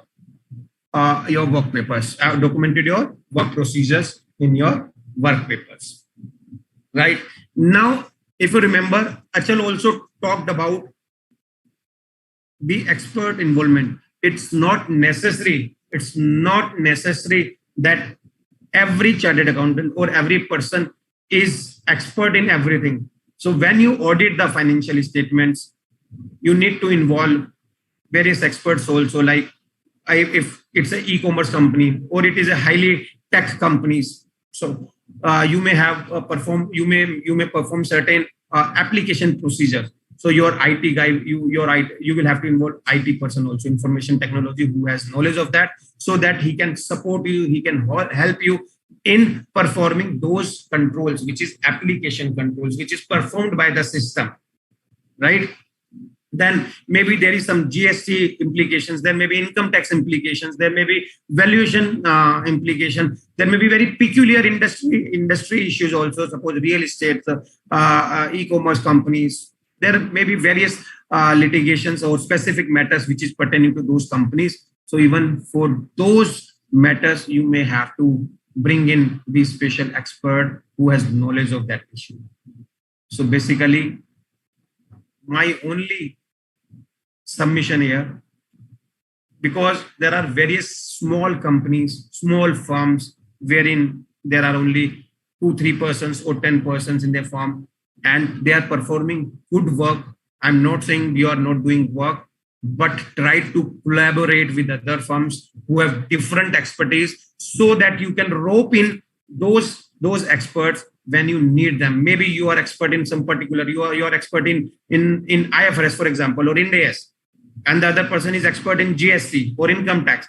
So when they need expertise in Ind AS, you can help them, and when they need you need expertise in GST or in valuation, so they can help you. So it's allowed, you can involve other experts in your audit team, but has to be documented appropriately how you have concluded. Because if you talk about pharmaceutical companies, there are solutions. The value of those solutions runs into crores of rupees, and we are not expert. We are not expert that we can comment on the inventory, closing inventory. This is the amount of that inventory. So it is very, very difficult for us to ascertain the value, as well as to get it physically verified whether this is worth recording in the financial statement. So for that also, you can bring in the expert who knows what is the solution, what is the value of that product. So this is one of the example where expert is required in the audit as well. So what to document?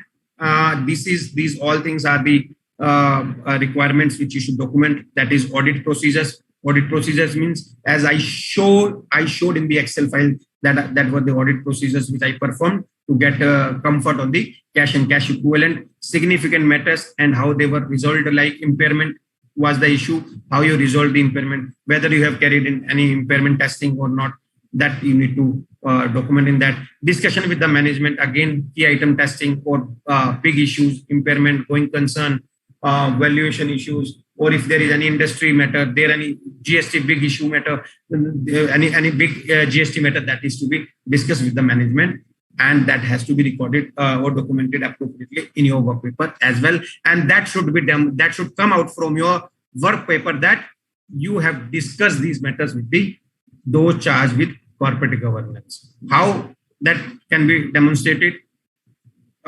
you should give presentation in the audit committee. So that audit committee presentation can be preserved in your working paper, and that is evidence that you have discussed this with the audit committee. Or even if you are not presenting in audit committee, please note down that, and you please write when you met, which person, what questions you discussed, what items you explained to the directors. So whatever, even orally you are discussing, please document it in the work paper. You write that you discussed with the chairman of the audit committee. These are the 5 matters which you discussed. On this particular, I discussed this matter and we agreed, and he appraised it.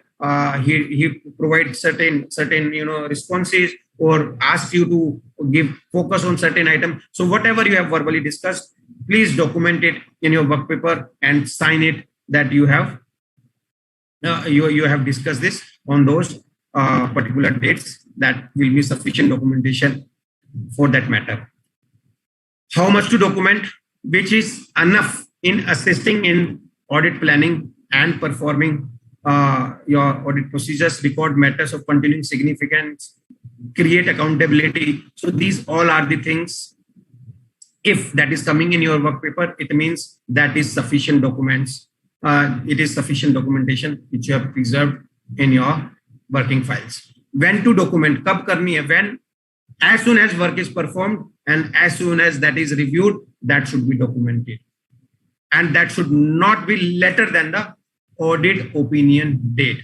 And generally the standard SQC, standard on quality control, says that whatever audit files you have prepared, that has to be completed. And its standard days of 60 means that cannot be more than 60 days. This is the upper limit. So from the date of audit opinion, within 60 days, you have to complete your work paper. It doesn't mean you have to perform audit procedures after the audit opinion date. It says only administrative process, means compiling the work paper, accumulating it, punching it, you're just putting it in the files. So these are the only administrative work, but no new audit procedure is being performed after the audit opinion date. If it is to be performed, that has to be written. What is the logic and what is the reason why you performed that, and what conclusions you have reached, who performed it, when it was performed. These all things has to be written in that. And again, for how long you have to preserve this documentation? For 7 years. For 7 years subsequent to that year, you have to preserve your audit documentation files in your office or wherever you are keeping it. For 7 years, it should be intact. And earlier it was 10 years, but that subsequently that was reduced. Now current requirement is 7 years, and in next 7 years you may get notice from any regulatory or from anyone. So you should be able to demonstrate that you issued a correct audit opinion, and your documentation should speak loudly that you performed whatever is required as per the auditing standards. So this is what we discussed. If there is any departure, that should be noted. But somehow if there is any matter which arise after the audit opinion date, you should write a reason, what procedure you have performed after that, and what are the conclusions, and who performed that. That should be written in your working files. Okay. So what are the effective work papers? So effective work paper means assemble the audit documentation in an audit file on a timely basis after the date of the auditor's audit opinion, means that is the 60 days, which the standard gives you time to compile your all work papers. And no work paper should be deleted. Yes, if there is any superseded work papers, meaning thereby you got the first cut, you performed your procedure, there was some updates after that, some entries goes into the system, that is superseded. So all superseded files can be removed. Final version should be there in the audit files. And no work paper, means the final version, should be deleted after this is completed. After your files are completed, that should not be deleted from your working files. Okay, if there is any modification after audit opinion, you have to give reason for that and who performed that, regardless of the nature, whether it is small or big, that has to be written over there. Okay, examples of audit documents. This is what we discussed: minutes of the board, audit program, engagement letter. And if it is a first year audit, NOC. NOC is no objection certificate is required from the previous auditor. Suppose if you're getting an audit first time, so you need to have a communication with the previous auditor, and mandatory you have to get the confirmation whether he has any issue, he has any matter to tell you, because there is a change of the auditor. That should be in your file again. Okay, materiality level, sample selection, techniques, whatever you have used to select the samples, process notes, audit work papers, and again, analytical procedures which you have performed. So these are some of the examples which should be there in your working files. This is a very, very small list, but it may be other items which should be there. So in any way, just I said that there are around 38 standards. So all requirement is coming from them or from those standards. So everything is to be documented, and please do the documentation on real-time basis. Otherwise, it will be difficult to remember what you discussed 3 days back or 10 days back, and you will not be able to do the effective documentation. So if you are doing it on real-time basis, it is helpful for you as well as for the client also, because client has already provided the information. If you are going back to ask the same question, and your relation will also get bitter. So it's better do the real-time documentation. Now coming to the two parts. So document, you are doing the documentation. So file, you are making the files, you are keeping your work papers in the files. So there may be two kinds of file. One is called permanent file and other is called working files or concurrent files. So permanent file, what kind of document should be there in the permanent files? Means those papers, those documents which will be used every year. So these are generally not changing every year. So please keep like your appointment, list of directors, legal matters, significant contracts. Suppose there is a long-term contract, so you keep that in the permanent file.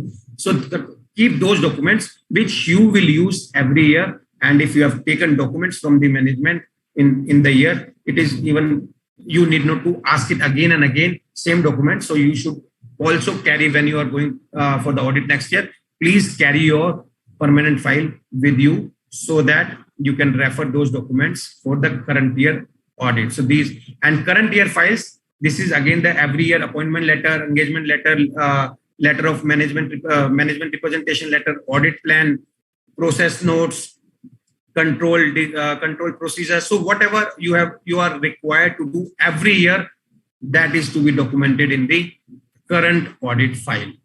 So these are some of the examples which should be there in your, just a second. So these are the examples which you should keep in your current files.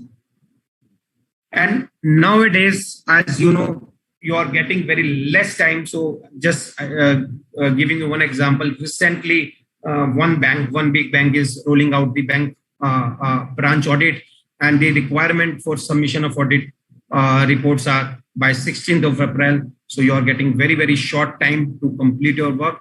But my only submission, please don't compromise on the quality of work. Otherwise, it is going to be very, very dangerous for you as well as for the profession, as we have seen by amending the CA Act. So these are the repercussions for not maintaining the quality which is expected by the regulators. So by doing appropriate and sufficient audit documentation, to a great extent, we will be able to maintain that dignity of our profession, and we will be able to justify that whatever is required by the standards, we are following those standards. Okay. Now, next topic is 505, that is external confirmations.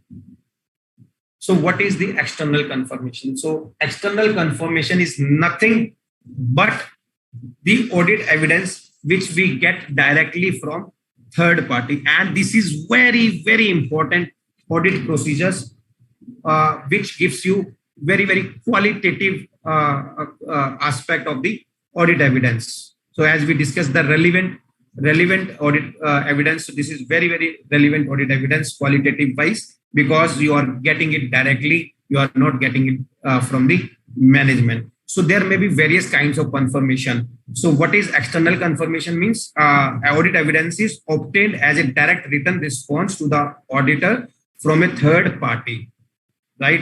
And now it may be positive confirmations or it may be negative confirmations. What are positive confirmation? So positive, a request that the confirming party responds directly to the auditor, indicating whether the confirming party agrees or disagrees with the information in the request or providing the requesting information, meaning thereby whether agree or disagree. In all the cases, the confirming party has to respond. That is called positive confirmation. And negative confirmation, a request that the confirming party responds directly to the auditor only if the confirming party disagrees with the information provided in the request, meaning thereby you sent the confirmation to the third party, and if you have not received, it is assumed that the balance is correct. This is called negative confirmation. But positive confirmation means you sent the request to the party and you have to get it by the third party whether they agree or disagree. This is the positive confirmation. And generally positive confirmation should be obtained for your audit process, for your audit evidences.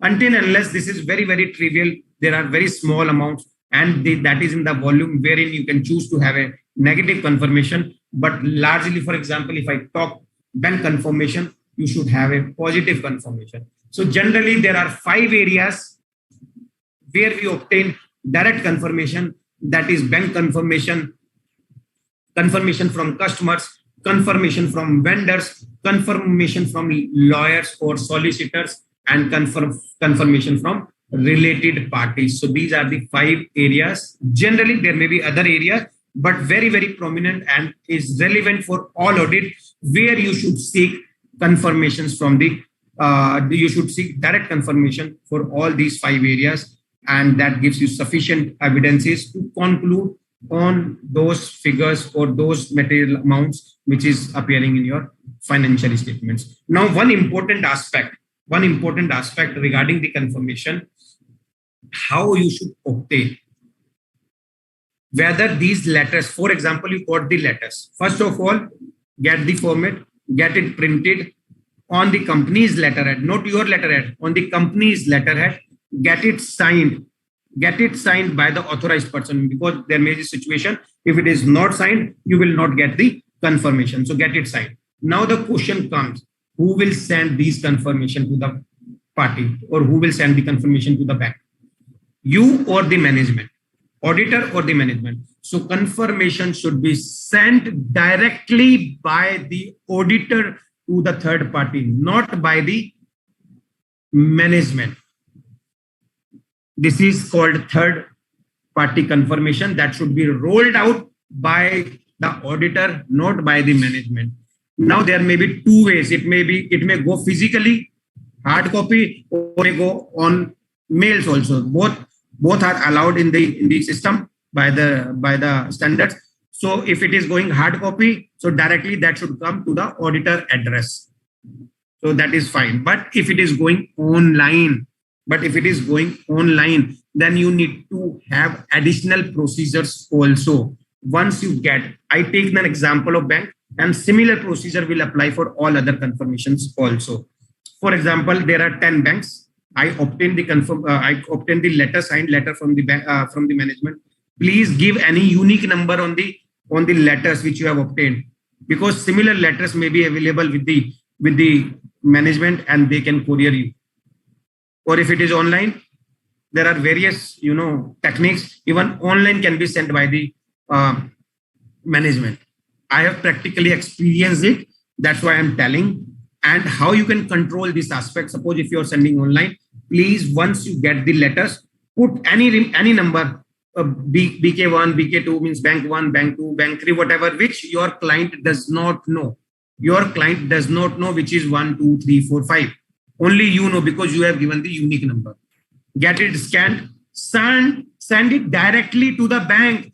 without marking CC to your management. Please don't mark in CC to management. This should directly go to bank, because if you mark it to CC to your client, though whatever coding you have done, now that is available with the client. The purpose is defeated. So directly that will go to the bank, and bank will confirm to you directly. But yes, bank may do CC to management, doesn't matter, because you are marked in the mail, so directly that is coming to you. Your procedure is performed, direct confirmation is obtained. But you need to see additional things, that it is coming directly from the client. Check the domain. Means suppose it is HDFC Bank, so @HDFC. So HDFC is the domain, so it should come from directly bank. You check the domain. Who sent the information? Generally, there is also signature, phone number is there. You can call that person. We have received, so you are calling from the HDFC. Confirm this. You are definitely you got this mail from HDFC only. And the letters which you send, means with coding, unique number, the same letter should come back to you, not without coding, because you have put the coding, and coding that coded letter went to bank. So same letter should come to you. These are the 2-3 procedures which you should also ensure once you get the confirmation. One more aspect which I would like to tell. With my practical experience, I sent the vendor confirmation directly to the vendors. But when I got this was sent hard copy. When I got the confirmation, I got the courier. Hundreds of courier I got from the vendors. When I opened it, that was fine. But on a random basis, I checked the courier agency address, and courier agency address was same place from where I got hundreds confirmation. Same, but the address was different parts of the India, but agency was same address, that was couriered from same place. When I checked it, I went to the client. I asked, what is this? This courier has been done from the same place. And I came to know, the client explained, they are the small vendors. They called everyone at their factory, get it signed, and that was couriered by them from that place. Please ensure from where the courier is coming, whether that is coming from the same place where you sent the confirmation. This is also very, very important to ensure you are getting the right direct confirmation from the right person. That is again a very, very important aspect. So again, RPT is again important. Legal confirmation, because there may be huge litigation. You should obtain direct confirmation from the lawyers. You should know what is their opinion, whether there is a likelihood of materializing this liability or not, and accordingly you can deal in your financial statements. So I think I have discussed most of the things, and confirmation is very, very important. And these are the basic procedures which I have practically dealt, and you should ensure this. This is very, very helpful in executing the audit efficiently and effectively. Happy auditing. I hope you will definitely get benefited from this session. Thank you so much. If you have any question, I am available to answer that. Thank you, Anil. Thank you so much, sir. Thank you so much. Can you hear me, sir? Yes, I can hear you. So thank you so much for such a wonderful deliberation on various intricacies of SA 505 external confirmations and audit documentation. And frankly, from the core of my heart, I have learned a lot through your deliberation. And on behalf of AASB of ICI, I once again extend your warm thanks to you for sparing your valuable time. Sir, before we end this session, we are having certain questions. If you let me have these questions and share with you. So first question relating to, most of the questions are relating to the bank audit only. One question is, sir, even if the appointment is for 5 years, and do we need to get engagement letter signed every year? Very, very, very valid question that was asked. So generally now appointment is for 5 years as per Companies Act. So generally what happens practically, if master agreement is entered for 5 years, generally all setting all the terms and conditions. So you can enter into agreement for 5 years. That is called master service agreement. But if there is any change like audit fees, so there are certain changes that you can add on every year by through the addendum. So that way you can do it. If you have not entered into any master agreement, then you need to execute agreement every year. Unless and until we don't have the master agreement, then we have to execute every year. Every year. Okay. So otherwise, in master agreement, you will write from which period to which period you are appointed as an auditor. So that is covering your part if master agreement is there. Okay, sir. Sir, there is another question. While doing the statutory audit, what we experienced was that banks are generally reluctant to send bank balance confirmations to the audit firm. Even at the formal request of the client entity, we then decided to ask the client person to log into the account in front of us, and then we get the balance confirmation. Means generally nahi dete, they are used to say sit here and have the confirmation, balance confirmation from here only. And from the screen only, screenshot which we preserve in our working papers. Will that be a sufficient and appropriate procedure of bank balance verification? I will say, वो बोलते ना भागते चोर की लंगोटे भी ठीक है. So first, please try to send the confirmation the way we discussed. If somehow you could not do that, that means you tried everything, but you could not do it. Then definitely you should do this procedure and try to log in if possible on your laptop, not on client laptop. Okay, sir. Log in on your laptop in front of you, take screenshot of each and every aspect, document it. It is good audit evidence, and write the reason why client denied to send the confirmation. And if possible, this is very, very important matter to discuss with those charged with corporate governance, that this procedure we have done because direct confirmation was not sent, they were denied. Sir, similar to this, when we can verify the balance with the banks through online net banking facilities, then what is the necessary to get the confirmation from the bank? No, I'm saying directly you should send. If you are not able to get it, then that is that is called alternative procedure. So in alternative procedure, you should do it, because I think if people have read the report of Satyam, even that was sent, that was shown, because system was hacked, everything was being managed. Even if you log in, you will see what the client want to show. That can be manipulated. That is the reason you should directly send from your laptop, from your office, directly to the bank without marking it to client. So one question relating to the current ratio. One member is asking, while calculating this current ratio, most banks don't consider debtors more than 6 months figure. While calculating current ratio during loan processing, now in revised schedule ratios need to report it along with the financials. Should we consider bank method to calculate these ratios, or what to do in that case? No. First of all, as far as revised schedule 3 is concerned, very particularly that format is there, and even it is defined what is to be considered. So that only that is to be followed, because that is a part of the Companies Act, and you have to give opinion as per the Companies Act. You have to follow that method only. Whatever is mentioned in the revised schedule 3, we have to go according to that. Absolutely. Ji. And generally देखो दो तरीके generally नहीं होते. Now if you talk about listed company में पहले भी 5-6 ratios जाते थे, अब revised schedule 3 में भी जाएंगे वो सारे के सारे. तो ऐसा नहीं होगा कि आप सेबी रिपोर्टिंग के लिए तो different formula calculate exactly. हो नहीं सकता. Practically नहीं हो सकता. Exactly. Sir, whether audit documentation should only be hard copies or soft copy will also do? Any form, hard copy, soft copy, in whatever form you are comfortable, maintain. The only objective is जो भी आए उसको समझ आ जाए कि किया गया. ठीक है. Means it should be documented, whether it is hard copy or soft copy. And last word, which Sanjeev ji also said, not documented, not done. चाहे आपने सारी रात बिता दी ऑडिट पे, doesn't matter. अगर documented नहीं है तो आपने नहीं किया.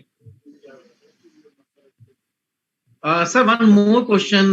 Just like in this COVID period, just like we have done in the past 2 years, when there was such type of audit, we are sitting at your home and some documents we are asking, and they are just scanning and then downloading and then sending to us.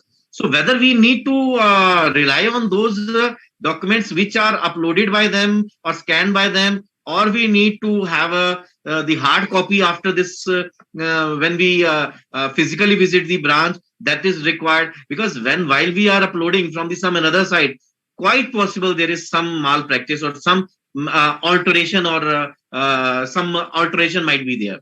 So what is your opinion in that particular case, sir? Sir बहुत valid question पूछा आपने, ये very very valid question in today's time. First of all, जो procedure हम check करने के लिए जा रहे हैं, सपोज मैं एक एग्जांपल कोरिलेट कर रहा हूं, मैं बैंक कंफर्मेशन के लिए कह रहा हूं. इट डजंट मीन कि अगर मैं बैंक कंफर्मेशन इवन आपने भेज दी नहीं आई तो क्या करोगे. इट डजंट मीन कि you will qualify. First of all, you have to go to the last mile, that is called perform alternative procedure. I give you another example. मैंने debtors को confirmation भेजी, नहीं आई, रिमाइंडर भी डाला, नहीं आया, क्या करूं. ऑडिट ओपिनियन क्वालिफाई कर दूं? No. You have alternative procedure. जितने भी ओपन आइटम है, जो बैलेंस खड़ा हुआ है, उस सबकी बैंक लॉरी रिसीट, उसको लॉरी रिसीट चेक करो, गेट आउटवर्ड चेक करो कि वाकई में ये माल गया है या नहीं गया. Basically check open item from goods delivery note till the freight, road transport and e-way bill, everything. This is one way. And I'm coming back to what you asked. You got the papers. In that scenario, you don't have any option but to get those kind of papers. Please get it verified. Ensure whatever you can do that is coming from the right person who is sending it. Call them by you have sent this document. Preserve it. Please mention, even it was mentioned in the audit reports also, that the audit has been conducted remotely pursuant to this COVID situation, and you have sensitized the regulators and the users of the financial statements the way you have conducted your audit. And if there is there any issue, you should also update your directors or those charged with corporate governance. But definitely very very risky thing. You should bring that to the notice of the users of the financial statement through your audit report. You are not qualifying it. You are just mentioning the way we are just mentioning. We are not qualifying this report, just mentioning that we have done this audit through the remote area. Remotely. That because the branch was that is remote. Quite possible we are conducting this audit for the branch which is at the remote area. So in that particular case, also we need certain documents through this uploading also, because that is, we can say, the pre-audit. Pre-audit, that means while visiting to the branch, we need certain documents before we visit physically to the branch. Absolutely. Then if it is a pre-audit kind of thing, then definitely once you go to the location, take it again. Physical papers. Yes. And if you completely performed remotely, then please very, very carefully preserve all documents which has been shared, because if subsequently happens anything else, you can demonstrate these are the documents which has been provided to us, and based on this we performed our audit, and we brought this to the notice of the users of financial statements through our audit report also. Means auditor need to mention clearly before submitting their audit report. That means we have conducted the audit in this way only. Yes. For this remote branch. Bilkul, what is the case, sir? In case one member was asking, while if documentation is very much required, but in case of a fire or any other calamity, if document has been lost, what we will do in that particular case? तो generally होता क्या Anil ji, as a procedure also that is called restoration procedures और business restoration things. Generally जो audit evidences होते हैं वो एक दो जगहों पे रखे जाते हैं, रिमोटली भी रखे जाते हैं.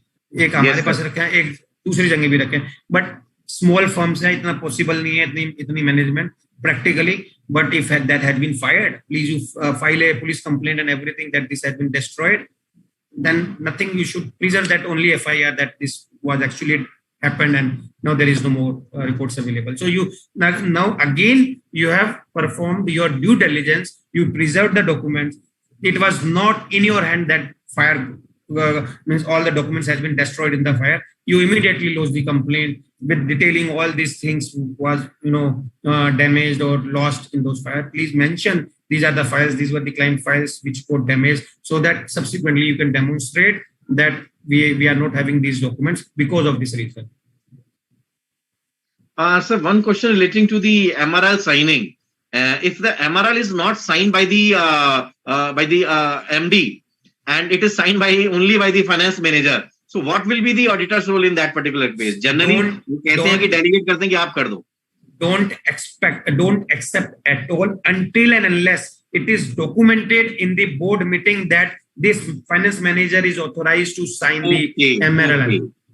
Unless and until this special authorization letter is not there, not authorized, don't take it. Simple logic है, ऑडिट जो है ना सिंपल लॉजिक है, कुछ टेक्निकल नहीं है. मैंने फाइनेंशियल्स कौन साइन कर रहा है, उसी के पास अथॉरिटी है वो देने की एक्सप्लेनेशन, और क्या जो उसने एक्सप्लेनेशन दिया है, that is mainly managing director, and this is written in the standard auditing standard. It's not practice. This is particularly written who has to sign the MRL. And if they are not signing, please get it noted in the audit in the board minute. Same question मिलता जुलता है. वो कहते हैं कि if MD or senior में authority deny to sign or any of the document or get it signed by the junior, but generally they say you get it signed by from this gentleman because he is taking care of this particular part, and it is to be signed by the junior person only. So then what will be the responsibility? First of all, this is a big red flag.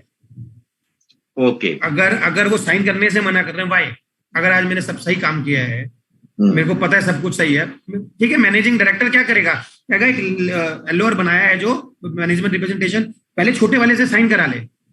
ठीक है, वो भी करे, बिल्कुल, managing director भी करे, वो अपना सेफगार्ड रख सकता है, दैट इज फाइन, बट वो साइन नहीं कर रहा है, इससे बड़ा तो रेड फ्लैग नहीं हो सकता. जी जी जी जी. So then it is a issue, big issue अगर वो साइन नहीं कर रहे तो. और फिर अगर नहीं कर रहे तो again I will say try to bring this in the to get it noted in the board minute. Okay, we have to get it into notice. ठीक है. So one last question: can an financial audit team take cognizance or reliance of the ISO audit report, or in the red flag non-compliance report, especially with regard to the deviation of finance? I couldn't understand the question. Basically what they are asking, ISO audit report, okay, audit report हुई, उसके अंदर से क्या comfort draw करना चाह रहे हैं? वो कुछ financial can a financial audit team take cognizance or rely करना चाह रहे हैं of the ISO audit report? First of all, answer is no. But yes, if you say they are the expert, something is there which you cannot audit, this is of a very technical nature, then answer is yes. But you need to perform certain additional procedure. What is those procedures? Whosoever has performed ISO audit, they are competent enough, they have the capability, they are objective, they are independent of the management. If all these procedures performed, you say you can rely on the expert. But again, you can rely, but you cannot take the plea that the certain other person has done this audit, you don't know anything, because you have performed your additional procedure, you got comfortable with that, whatever they have done it. So clearly you cannot 100% you can rely, okay, whatever they have done, forget. You need to perform certain additional procedures. But again, I'm not sure what kind of procedures or on what kind of matters they are trying to get comfort from the ISO audit. As far as your statutory audit is concerned, I am doubtful, but it depends on a case-to-case basis. Okay, sir. One last question, once again, that is relating to the digital signature. Just relating to this, yes. How can the adequacy of the authority of the person signing the external confirmations be relied upon, especially in the case when confirmation is digitally signed? Okay, so if I take an example, you got the bank or you take the customer confirmation, you got the address, you marked it to the accounts department of the company, generally not to the particular person. If that goes to the finance department, that will go to the relevant person. You said कि customer है, तो उसका जो accounts department है वहां पे जाएगी, और जो भी concerned person होगा वो sign करेगा. Only what you can do, again, very valid question, how you can rely? Only you can do certain due diligence. What is due diligence? Once you get the confirmation, please call the person that I have got this confirmation, you are from this company, you have signed it, that. Then you perform due diligence, you can rely on that. Other than there are 1,000 customers, you cannot go to each place and check whether. But only thing, you performed your due diligence, जहां पे आपको doubt लगा, जहां पे आपको red flag लगा, आपने additional procedure कर लिए, right? This also, and we have to mention this in the documentation. आपने 8 तारीख को कॉल किया एक्शन एक्स पर्सन को, उसने ये जवाब दिया, टाइम ये था, लिख दो उसके अंदर, जैसे लिखा हुआ होगा कंफर्ट वैसे ही आ जाएगा, आगे बंदा पूछेगा ही नहीं. जैसे ये 2 वर्ड लिखे होंगे ना कंफर्मेशन, तो इसका मतलब है काम किया हुआ है। दिक्कत वही आएगी कि जहाँ कुछ नहीं लिखा ब्लैंक है, वहां पे डाउट है। Yes. Chalo. Thank you so much, sir, for such a wonderful deliberation, knowledgeable and detailed deliberation on both the topics, documentation and external confirmations. I personally gained a lot through your deliberation, and hope all the members have gained a lot through your deliberation. Thank you so much, sir. Thank you so much. On behalf of Auditing and Assurance Standard Board of Institute of Chartered Accountants of India, I extend my heartiest thanks for sparing your valuable time. Thank you so much, sir. Thank you, everyone. Happy auditing. Thanks. Bye. Thank you, sir.